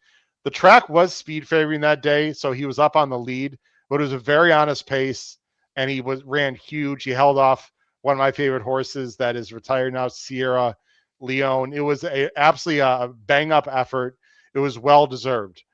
Emmet, the concern, and you already mentioned one of the concerns, and he's obviously odds-on here. He's 3 to 5 that I see right now on my phone. Let's see what he is on the bookies there. I'm seeing, 4 to 7. Again, 1 to 2. I mean, he's obviously the clear favorite. The concern is really twofold, and I'll go ahead and show the PPs. Number one, like you said, Emmet, he didn't have a race coming into this, no prep, number one. And number two, these are not machines, right? He ran huge, if you recall, of course, last year in this race, and then threw in a real clunker in Dubai. Maybe that race was too quick. Maybe it took a lot out of him because he had the throwdown of the year against Romantic Warrior. We were watching it live. It's one of the most exciting races I think all of us have ever seen. So there is a bit of a concern there. However, the Breeders' Cup was January was over with 3.5 months away. I'm not going to use that as an excuse. I got to be honest, based on this field and his post and everything, I don't think he has any excuses today. He should win. No, if he replicates his Breeders' Cup Classic win, he's a certainty. If he replicates his run over Romantic Warrior in this race a year ago, he's also a certainty. If he can come back to that level of form, if that's what he is, then he should go and win. The slight concern I would have with him is, first of all, he prepped for the race a year ago when he beat Romantic Warrior. Those two had an absolute titanic tussle. Romantic Warrior hasn't come this year, hasn't gone for the turf either. And he prepped for the Classic. He hasn't had a prep this time around. That's just a minor concern. Maybe it doesn't really matter because he does have the class edge over the field. Find it interesting that Bob Baffitt's gone over and that he sends over two. Nevada Beach and NYSOS are both very interesting horses. But look, if the Forever Young that we saw at the Breeders' Cup runs, if the Forever Young who was an unlucky placed horse in the Kentucky Derby, if that's the Forever Young that turns up here from 2 years ago, he's going to take an awful lot of beating. He's not a machine, and particularly the dirt horses, when they have really hard races, it can take an effect on them. But look, he deserves to be favoured. You could argue that the 7-4 on that's currently available here is actually massive value. It's just it's a slight concern to me that the bookmaker offering the 7-4 on were also going 3-1 on not that long ago, and now they're dangling that card out at you. Maybe it's going to bite them maybe it's going to come back to bite them. But look, I'm happy. I've got a bet rolling on. I'm getting 120 quid if he goes in. Yeah. I wouldn't be putting $70 to win 40. I'll put it that way. Okay. But I expect him to win. By the way, Davey, I got some real bad news. Those were dollar pick six payouts. We only have half that, my friend. I'm so sorry. Okay. Complete host trail. We're live at $2,030 plus split between the three of us plus 5 out of 6s. So I apologize, Davey. So all those prices I gave out, you can cut in half. So, David, we're still one of 14 people or groups in the world that's alive to it. Sorry, my friend. We've won this twice with 5 out of 6, and we won a fair amount. We never hit 6 out of 6, so we've done it twice with 5 out of 6. I didn't expect many people to be waking up at like 8, 9 in the morning. You know what I mean? This is the game, you know. Well, we're degenerate sickos, so we like playing it. The parlay, by the way, the 50-cent parlay is $1,400. If let's say that Forever Young goes off at 3-5, I'm going to do some quick math here, then the straight parlay is approximately $2,300. Now, it's very unusual in a pick six that it would pay less than the parlay. Usually here in the States, I'm in Davey, usually, especially pick six, is usually 2 to 3 times the parlay. The problem is, like I said, Reef Runner was 7-1, but that's a U.S. horse, right? And a lot of U.S. horses are playing that. Sons and Lovers was 4-1 morning line and went off 12-1, as I talked about. That actually matters. So, and the Al Haram was 6-1, but people see a lot of ones in the form lines there, Emmet, where he's just undefeated. So I'm not surprised in this rare case that actually pays under the parlay. Again, we're just happy to be live, Davey. You can only do what the track gives you. Yeah, exactly. So I'm just looking at odds right now on my screen here. But I usually use the phone. But Ladbrokes, for example, 4-1 NYSOS, Nevada Breach 10-1. Now there was rumors that NYSOS wasn't handling the track in training. I don't know if that's true or not. Bishop's Bay is 16s. Luxor Cafe is now 25s. I would have been happy with 12s. I might take a little hedge on him. Yeah, that seems to make sense to me. Actually, William Hill 16-1 on Luxor Cafe. The other books, well, the Unibet's got 18, but the other books are 20, 22, 25. They don't know what to do with Luxor Cafe at all, Davey. Yeah, they don't. So I might take a little swing on him, just for kicks. Okay. Now, of the Americans, Bishop's Bay, Nevada Beach, and NYSOS, well, Bishop's Bay is 4 times the price of NYSOS. Does that make sense to you? Well, let's get into these other horses very quickly, Davey. How does Forever Young get beat? Is this almost free? There's no lead pipe cinches in horse racing, but is this about as close as it gets for you? No, not really. I mean, we've got 2 Bob Baffert horses, and he's to, as my mother used to call him, the grey-haired fucker. Whoa! He always used to pop up. Not this. I thought Emmet would be the one that make this show go blue real quick, but no, it's Davy. That's a shocker right there. Jeez. Yeah. Wow. So I mean, they have to. You've got Pratt and Irad. So yeah, and then you've got Alvarado, who knows how to win the big Saudi race himself. So yes. And then Luxor Cafe with the Magic Man. So the first 5 in the market are all really live. And then after that, I don't think I can rate Sunrise. Tumbarumba is a Group 3 horse going there for the Qataris.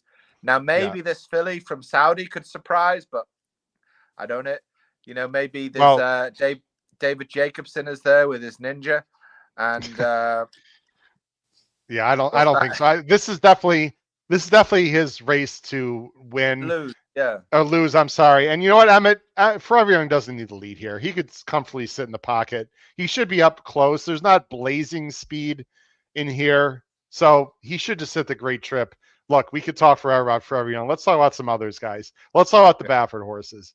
Now, you guys obviously are experts with the European sorts, and Davy's excellent with all horses. You are too, Emmet. But this is where the American horses is where this is my time to shine, supposedly, right? So I'm going to deep dive a little bit and let everyone at home take it for what it's worth. Just because I have a lot of knowledge certainly does not mean that I'm going to be correct about this race. Let's talk about NYSOS first. Let me bring them on the screen.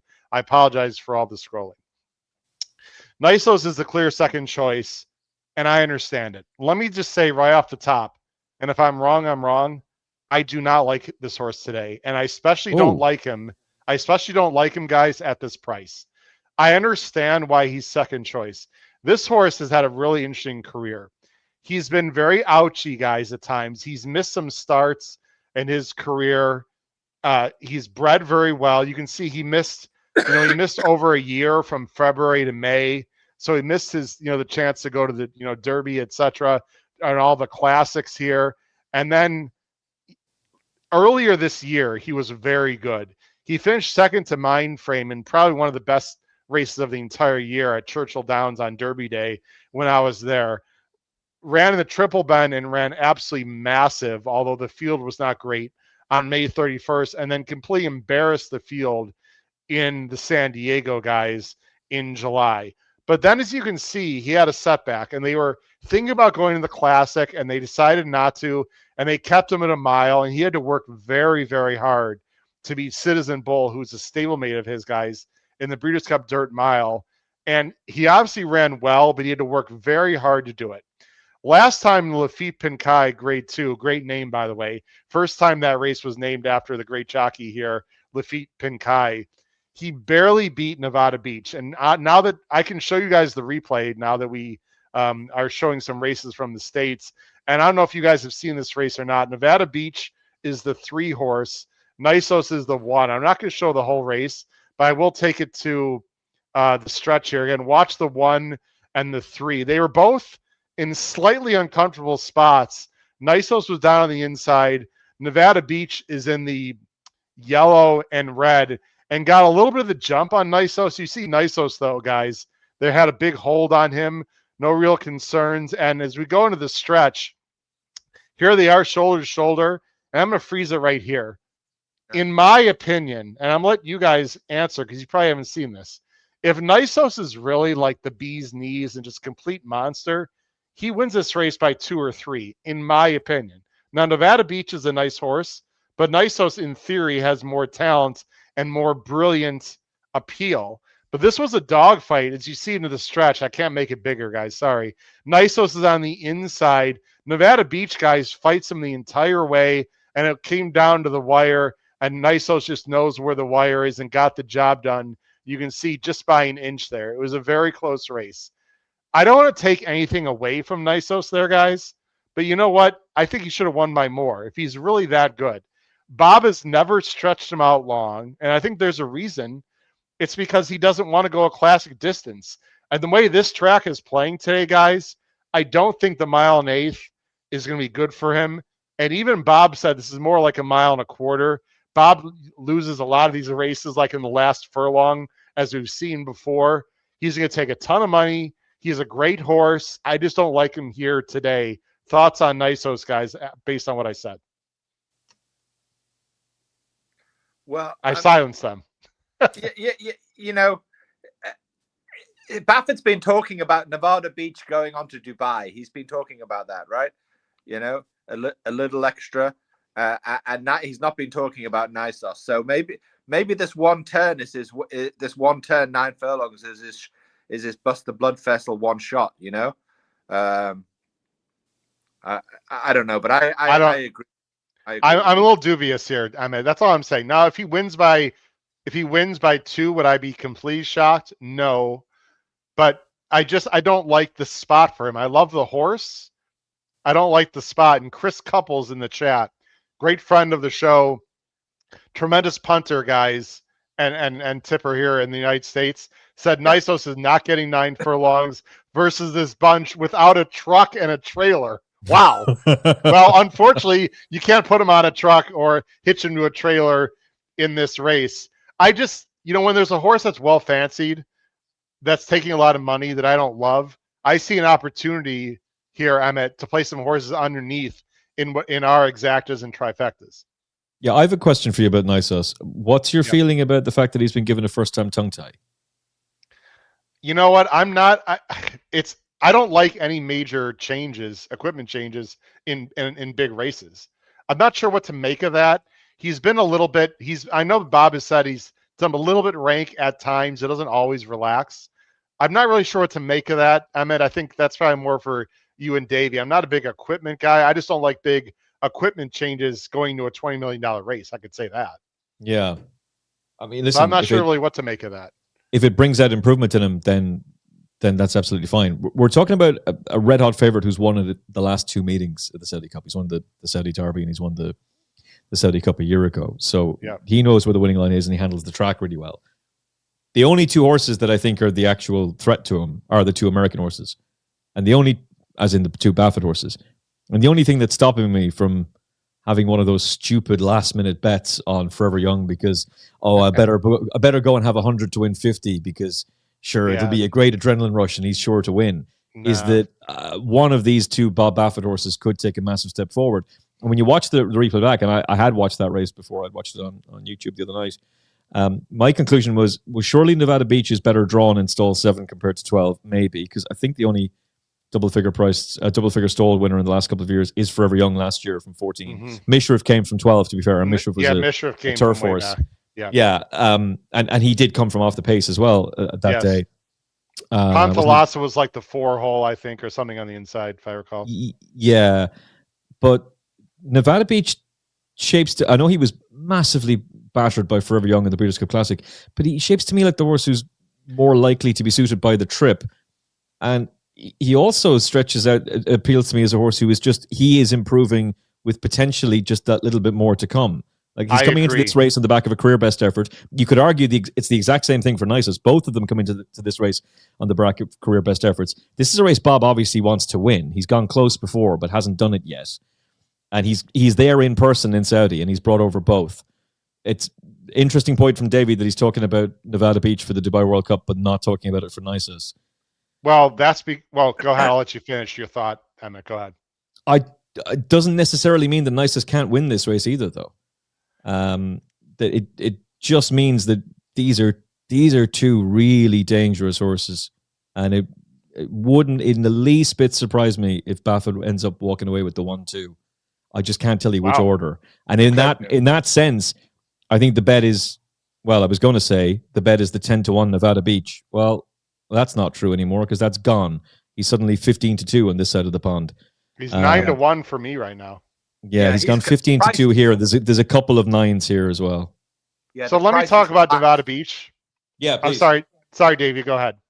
Yeah, the prices collapsed, and I'm watching the horses in the paddock, which is another aspect of the show. I remember it was very successful once in Philadelphia when you had a live stream from Philadelphia.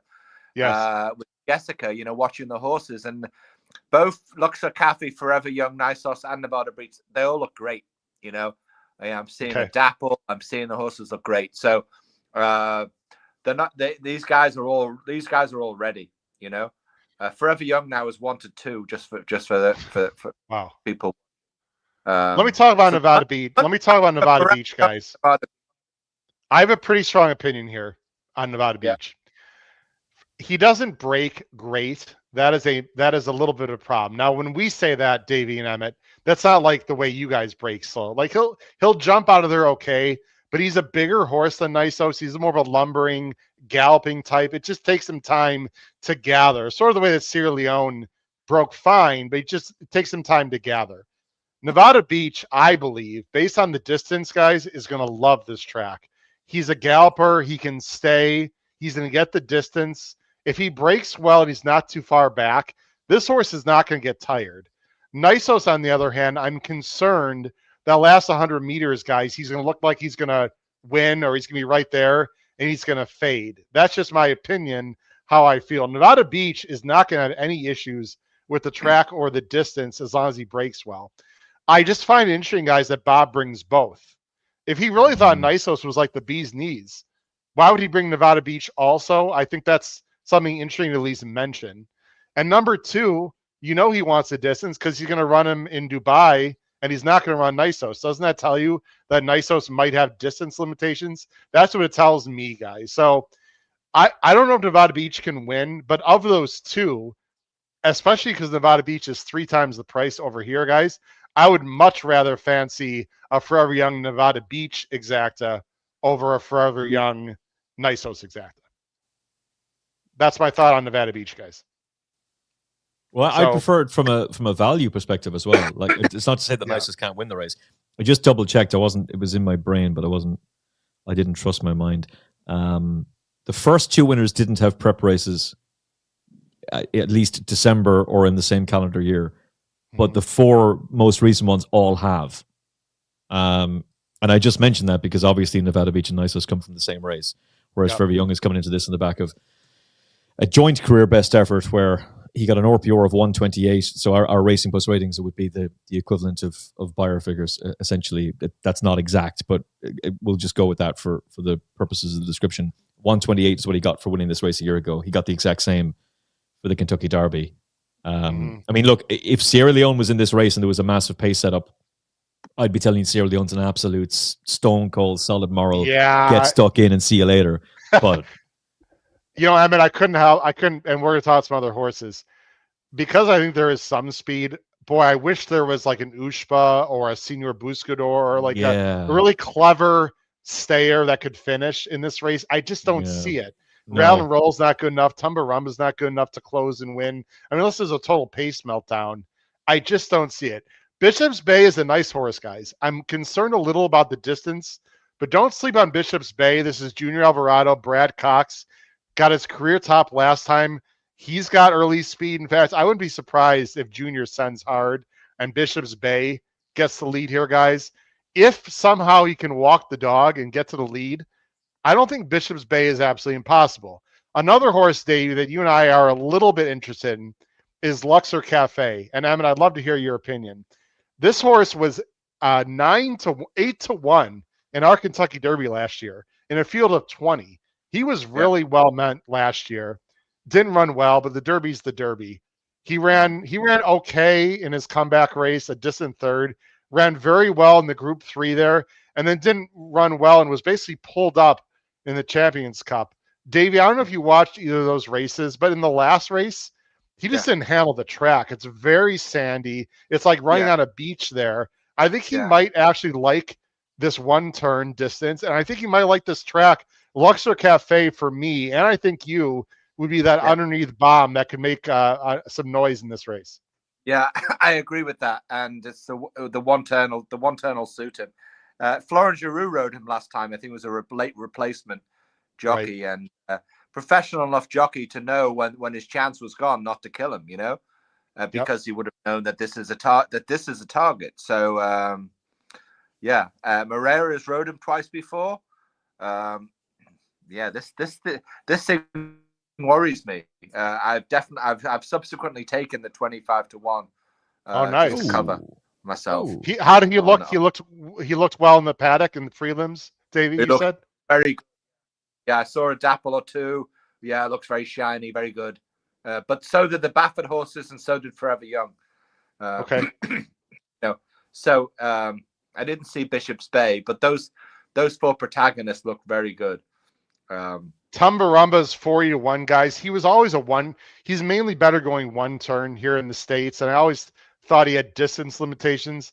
That being said, he actually ran surprisingly good to me in the Al Maktoum round 2. Davey, I think you tipped him out on our tip sheet at a nice price and finished a good second, but I don't know about the distance here, and I just don't know if he classes up, Davey, in this race. Yeah, if you had a good superfecta, he'd be a great number underneath horse, wouldn't he? Just to get a piece of the 4th place.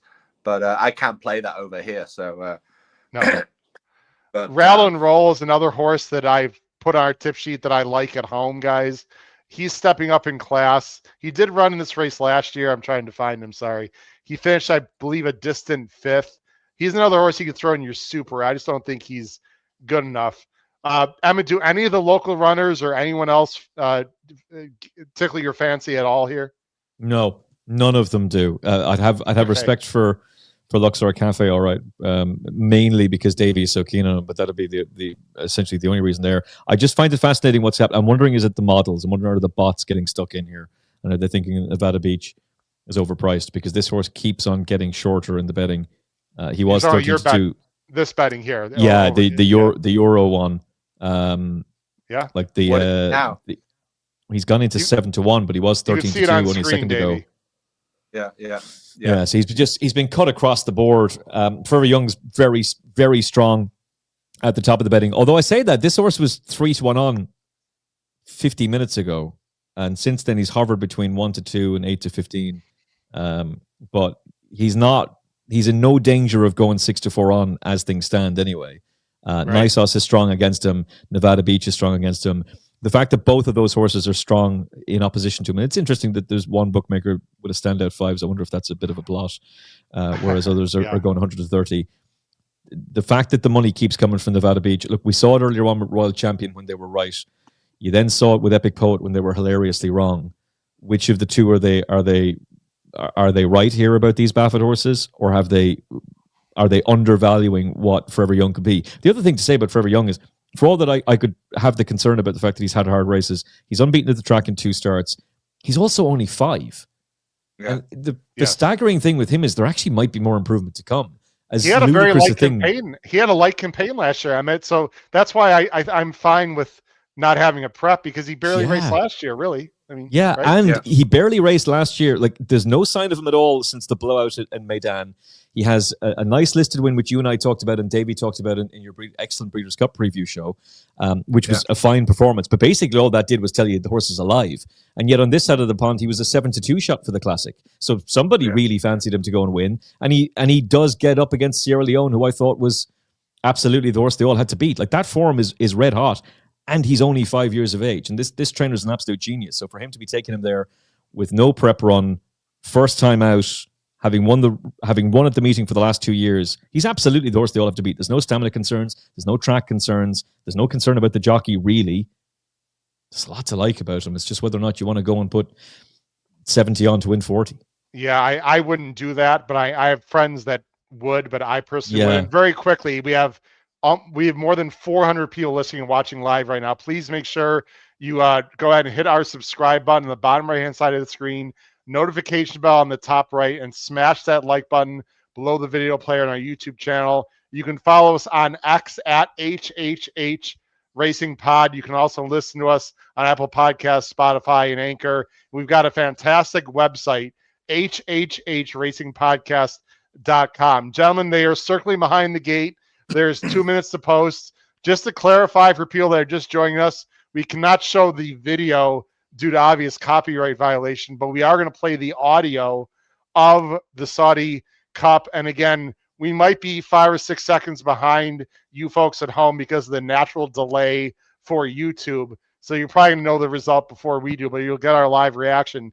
Myself, Davy Lane, and a good friend of ours is alive for a moderate score in the pick 6 for over $2,000. So we each win like 700-800-ish, which would be very nice considering we only put in about 150, only to Forever Young. We're only alive to Forever Young. Final top three, guys. I'll go first. My final top three in this race, I'm going 3-2-7. I'm going Forever Young, Bishop's Bay, and Nevada Beach. I'm tossing NYSOS. And if I had to go with the fourth pick, I would go with Luxor Cafe. Davey, your top three, please. I will go with Luxor Cafe to shock, and Forever Young second, and Nevada Beach third. 5-3-7 for Davey. Emmet, what say you as they're loading into the gate, my friend?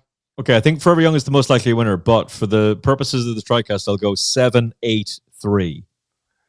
The two Bafferts and then Forever Young. Good luck, everyone. It's the $20 million Saudi Cup live, listening here on the HHH Racing Podcast. Good luck. Crush your bets in the Saudi Cup. The trainer, former longtime assistant to Yoshito Yahagi, the first Japanese woman to get her training license in Japan. And what does she do less than a year later? She's in the $20 million Saudi Cup with her own horse. As they get set to complete the load here, all year, this is going to be the biggest purse that is contested anywhere on the globe. $20 million at the 1 1/8 distance on the fast listed ground. Some of the best horses from America, including NYSOS, just a neck away from being an undefeated 8-for-8, coming off a recent Breeders' Cup dirt mile score, and our reigning classic champion, Forever Young. They've taken the blinkers off and ready to go into the blocks here for a chance to become the first horse to repeat in the Saudi Cup, and a late hit on the odds, 1-4 odds here on Forever Young, your reigning Saudi Cup and Breeders' Cup Classic champion. With just a few more horses to go into line. You're going to watch this one live on FanDuel TV. It is the Saudi Cup. We will not talk over the commentary. Everyone will let everyone watch it. All the locals. Ryan Moore got a big cheer as well. Obviously riding one of the Red Stables runners here as well. So last two to go forward, Hakit, and last of all, Amarat Al-Zaman. And then the 13 runners are set for the Saudi Cup. 1,800 meters, one single turn. All set. White flags raised, red flags dropped, and we're off in the Saudi Cup. A sprawling beginning for Nevada Beach. Took a full step as they left the stalls. NYSOS breaks alertly. Forever Young is swiftly away as well. Nevada Beach just lost that length at the start as Tumba Rumba goes forward. So Tumba Rumba, one of those out in the lead with Thunder Squall, and between the pair, NYSOS. Forever Young fills out the front wave in company with Banishing. Nevada Beach in the second division early on, just ahead of Bishop's Bay's Green Cap. Wider out is Mahali, also Green Cap. Nevada Beach has had to sit and suffer in big field as Tumba Rumba is awkward amongst horses there, and just gave a nudge to the horse on his outside, which was Bishop's Bay. Towards the back early on, Amirat Al-Zaman pulled towards the outside. Rattle and Roll is towards the back. Luxor Cafe is right towards the tail, and the grey Hakit is taken off his feet as they make their way now down the back straight. And out in the lead, it is Thunder Squall who has the advantage. Forever Young was just crossed there by Banishing, one of the outsiders, and NYSOS will feel he may be better placed at this stage. Racing in fourth is Bishop's Bay. Forever Young just tracks the leaders, but he's behind a couple of outsiders. Then racing in sixth place as they make the turn is Tumba Rumba. Nevada Beach is having to pick his way through traffic as NYSOS is poised on the outside here of Thunder Squall as they turn into the straight. Forever Young will look to split them up the inside rail. Forever Young gets the dream run, and now here NYSOS lock horns. Behind those in third place and ridden along is Banishing. It is Forever Young and NYSOS who settle down now, move clear from racing in third place. Bishop's Bay. Tumba Rumba stays on. Forever Young grinds his way to the 200. NYSOS begins to wobble. Forever Young a length and a half clear. Forever Young, NYSOS not going away, but it's Forever Young towards the line. Forever Young, forever in equine history. He wins for Japan. NYSOS, this year's romantic warrior, pushed him all the way to the line. Tumba Rumba was third. Bishop's Bay. Forever Young with an absolutely picture perfect ride, guys. Staying on the inside. He got the split up the inside. NYSOS ran better than I thought. I got to give him credit. I'm not going to say that I was correct, although I wasn't completely wrong, because I was clapping halfway down the stretch because I thought there was zero chance in the world that NYSOS was going to go by. But he he hung on quite a while, guys. He ran better than I thought. Tumba Rumba finished third. Banishing, they actually had the lead. I was just looking here. I'm trying to see who's in behind. Was it Bishop's Bay fourth, I believe? Bishop's Bay fourth, yeah. Yeah, I thought he'd be up closer. I think he got a wide trip, guys. I'll have to take a look at it. This horse is just so good right now. Forever Young. Special. Congratulations. And Davy, congratulations to me and you and Philip Edwards. We hit the pick 6. It's not life-changing, but we'll take it, my friend. Congratulations. Yeah. Yeah, listen, it's not easy. It's no. I mean, I'm surprised we did it, to be honest. You know, it's tough. It's tough hitting 6 horses, huh? Yeah. It is. I was shocked that Tumbarumma was that close. Banishing. There was a point, guys, that I thought Forever Young. I mean, it was a little bit of a dicey spot along the inside. I mean, if Banishing decided to close the hole on the inside with NYSOS making that sort of outside run, that could have gotten dicey, but fortunately the rail opened up for Forever Young. And then in the stretch, he just proved to be best. Yeah, it could have got messy, but to be fair, once the stretch duel emerges between Forever Young and NYSOS, there's only going to be one winner. Now, NYSOS has run an absolute blinder, and I'm sure Bob Baffitt's going to come away from that race thinking to himself, okay, first of all, how does he ever win the Saudi Cup? And secondly, they're going to have some big days ahead with him. They're the same age. NYSOS, that's his first ever go at 10 furlongs, so you could argue there's more progression from him to come. But Forever Young's going to take a hell of a lot of beating in this division. Right. I mean, unless 9 furlongs. Just want to clarify 9 furlongs, everyone. Go ahead. 9 furlongs, yeah. But unless I don't think there'd be much of an issue for him stretching out. Not against a horse like Forever Young. He's always going to outstay him. Forever Young has had the better trip overall in the sense that, yes, it could have got very messy for him on the rail, but it didn't. And he's just managed to sail through there quite nicely on a first try at that distance. I don't see any reason why NYSOS wouldn't be able to step up further, and they can have big ambitions for him. But Forever Young is just the best horse in the race. The fact that he was smashed to almost 4-1 on just before the off in the international, I mean, that's not something to underestimate. You know, they knew, basically. They knew. It's always easy in hindsight when they know, but he set a massive standard. Adam Mills, who's somebody I have an enormous amount of respect for, he does the main data work for Total Performance Data. He said to me this morning, the Saudi Cup is basically pretty simple. It's a straight shootout between Forever Young and NYSOS, and it should just be that forecast. Nevada Beach, it's kind of gone for him at the start, but he never really got into it anyway. How slow did he break? Because I wasn't watching him. I was watching Forever Young. Was that a really bad start or just like a stutter step slow? I thought initially Richard Hoyles was making a bit of a meal of it. It didn't seem to be that bad, but it didn't help him. It certainly didn't help him, and it didn't help him get into a good rhythm early on either. But I wouldn't. Was he wide? I'll have to rewatch the race. I mean, I was focusing on the leaders really. I didn't. It's hard to see him behind the way they do the cameras. It's ridiculous. Yeah, it can be a little bit awkward. He seemed to me to settle in midfield, but I think Irad may have wanted to go a little bit further forward. But look, it's pretty simple in the end. Forever Young is the best horse in the race. He was going to take an awful lot of beating.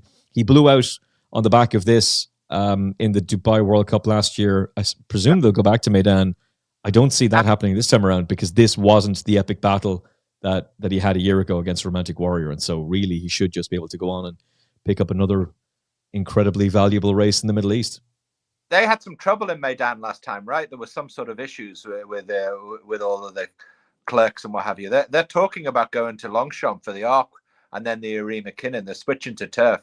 That's what they're talking about. That's what they said. But I don't think they said that Dubai is out of the question, is it? No, I'm just saying that they had some trouble last year in Dubai. They did.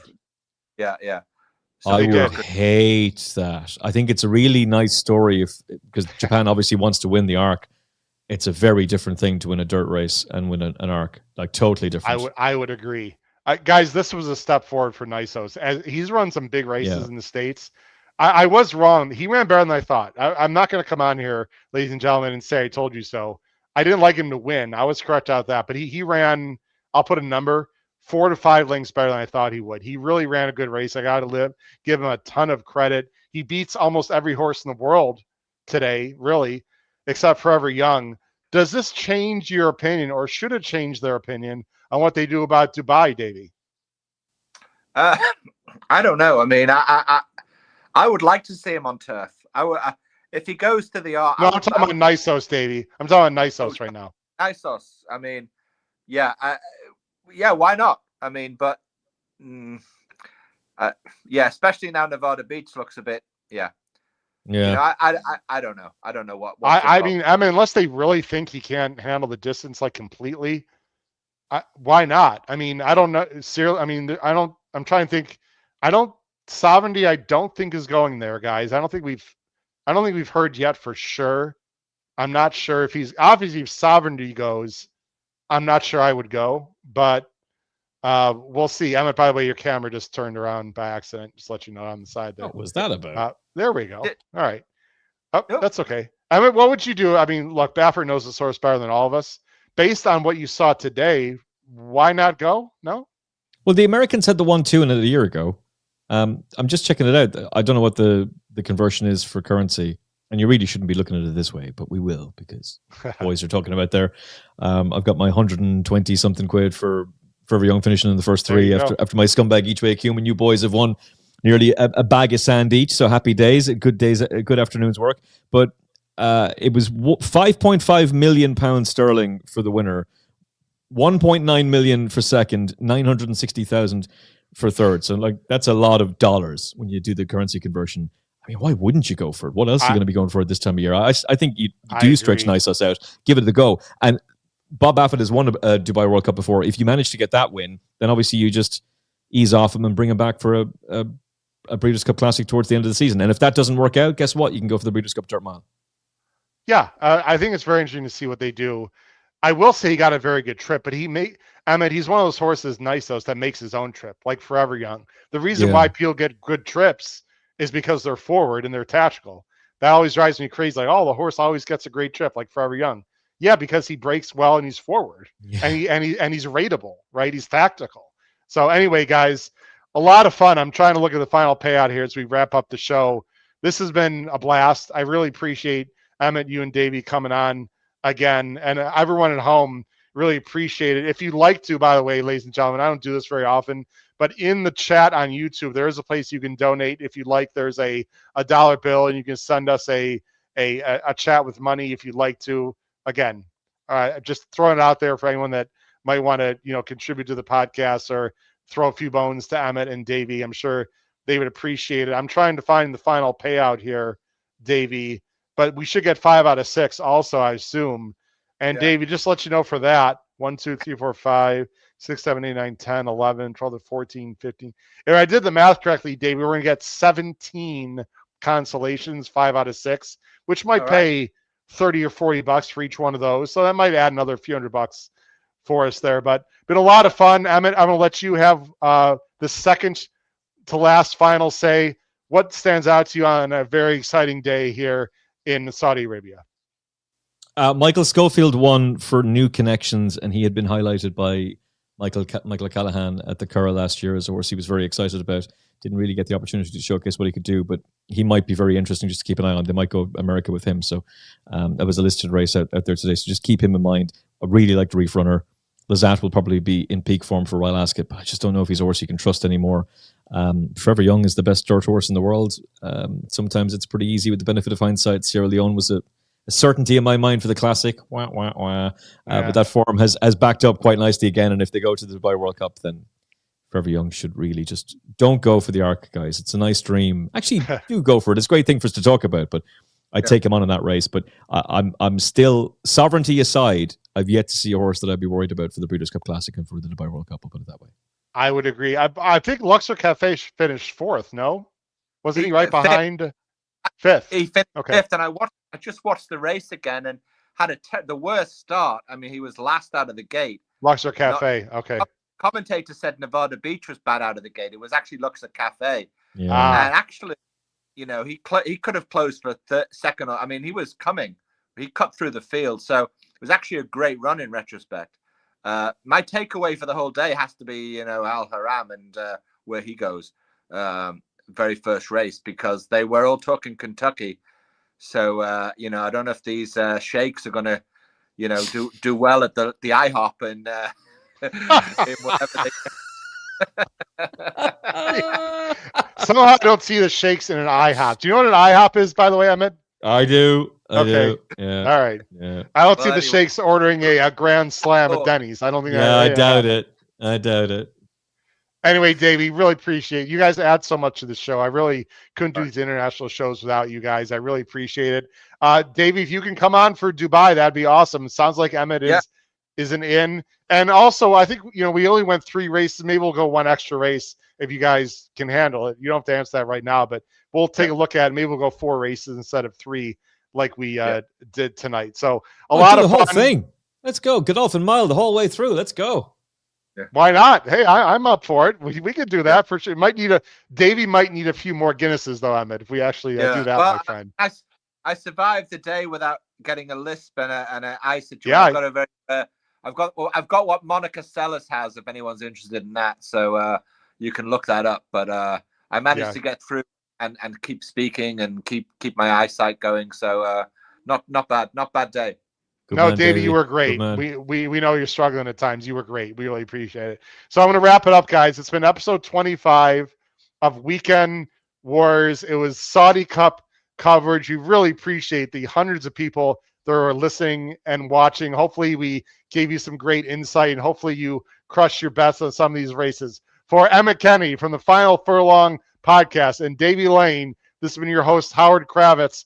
Crush your bets all weekend long, and happy Valentine's Day as well. Take care, everyone. Have a great day. Bye-bye. Take care.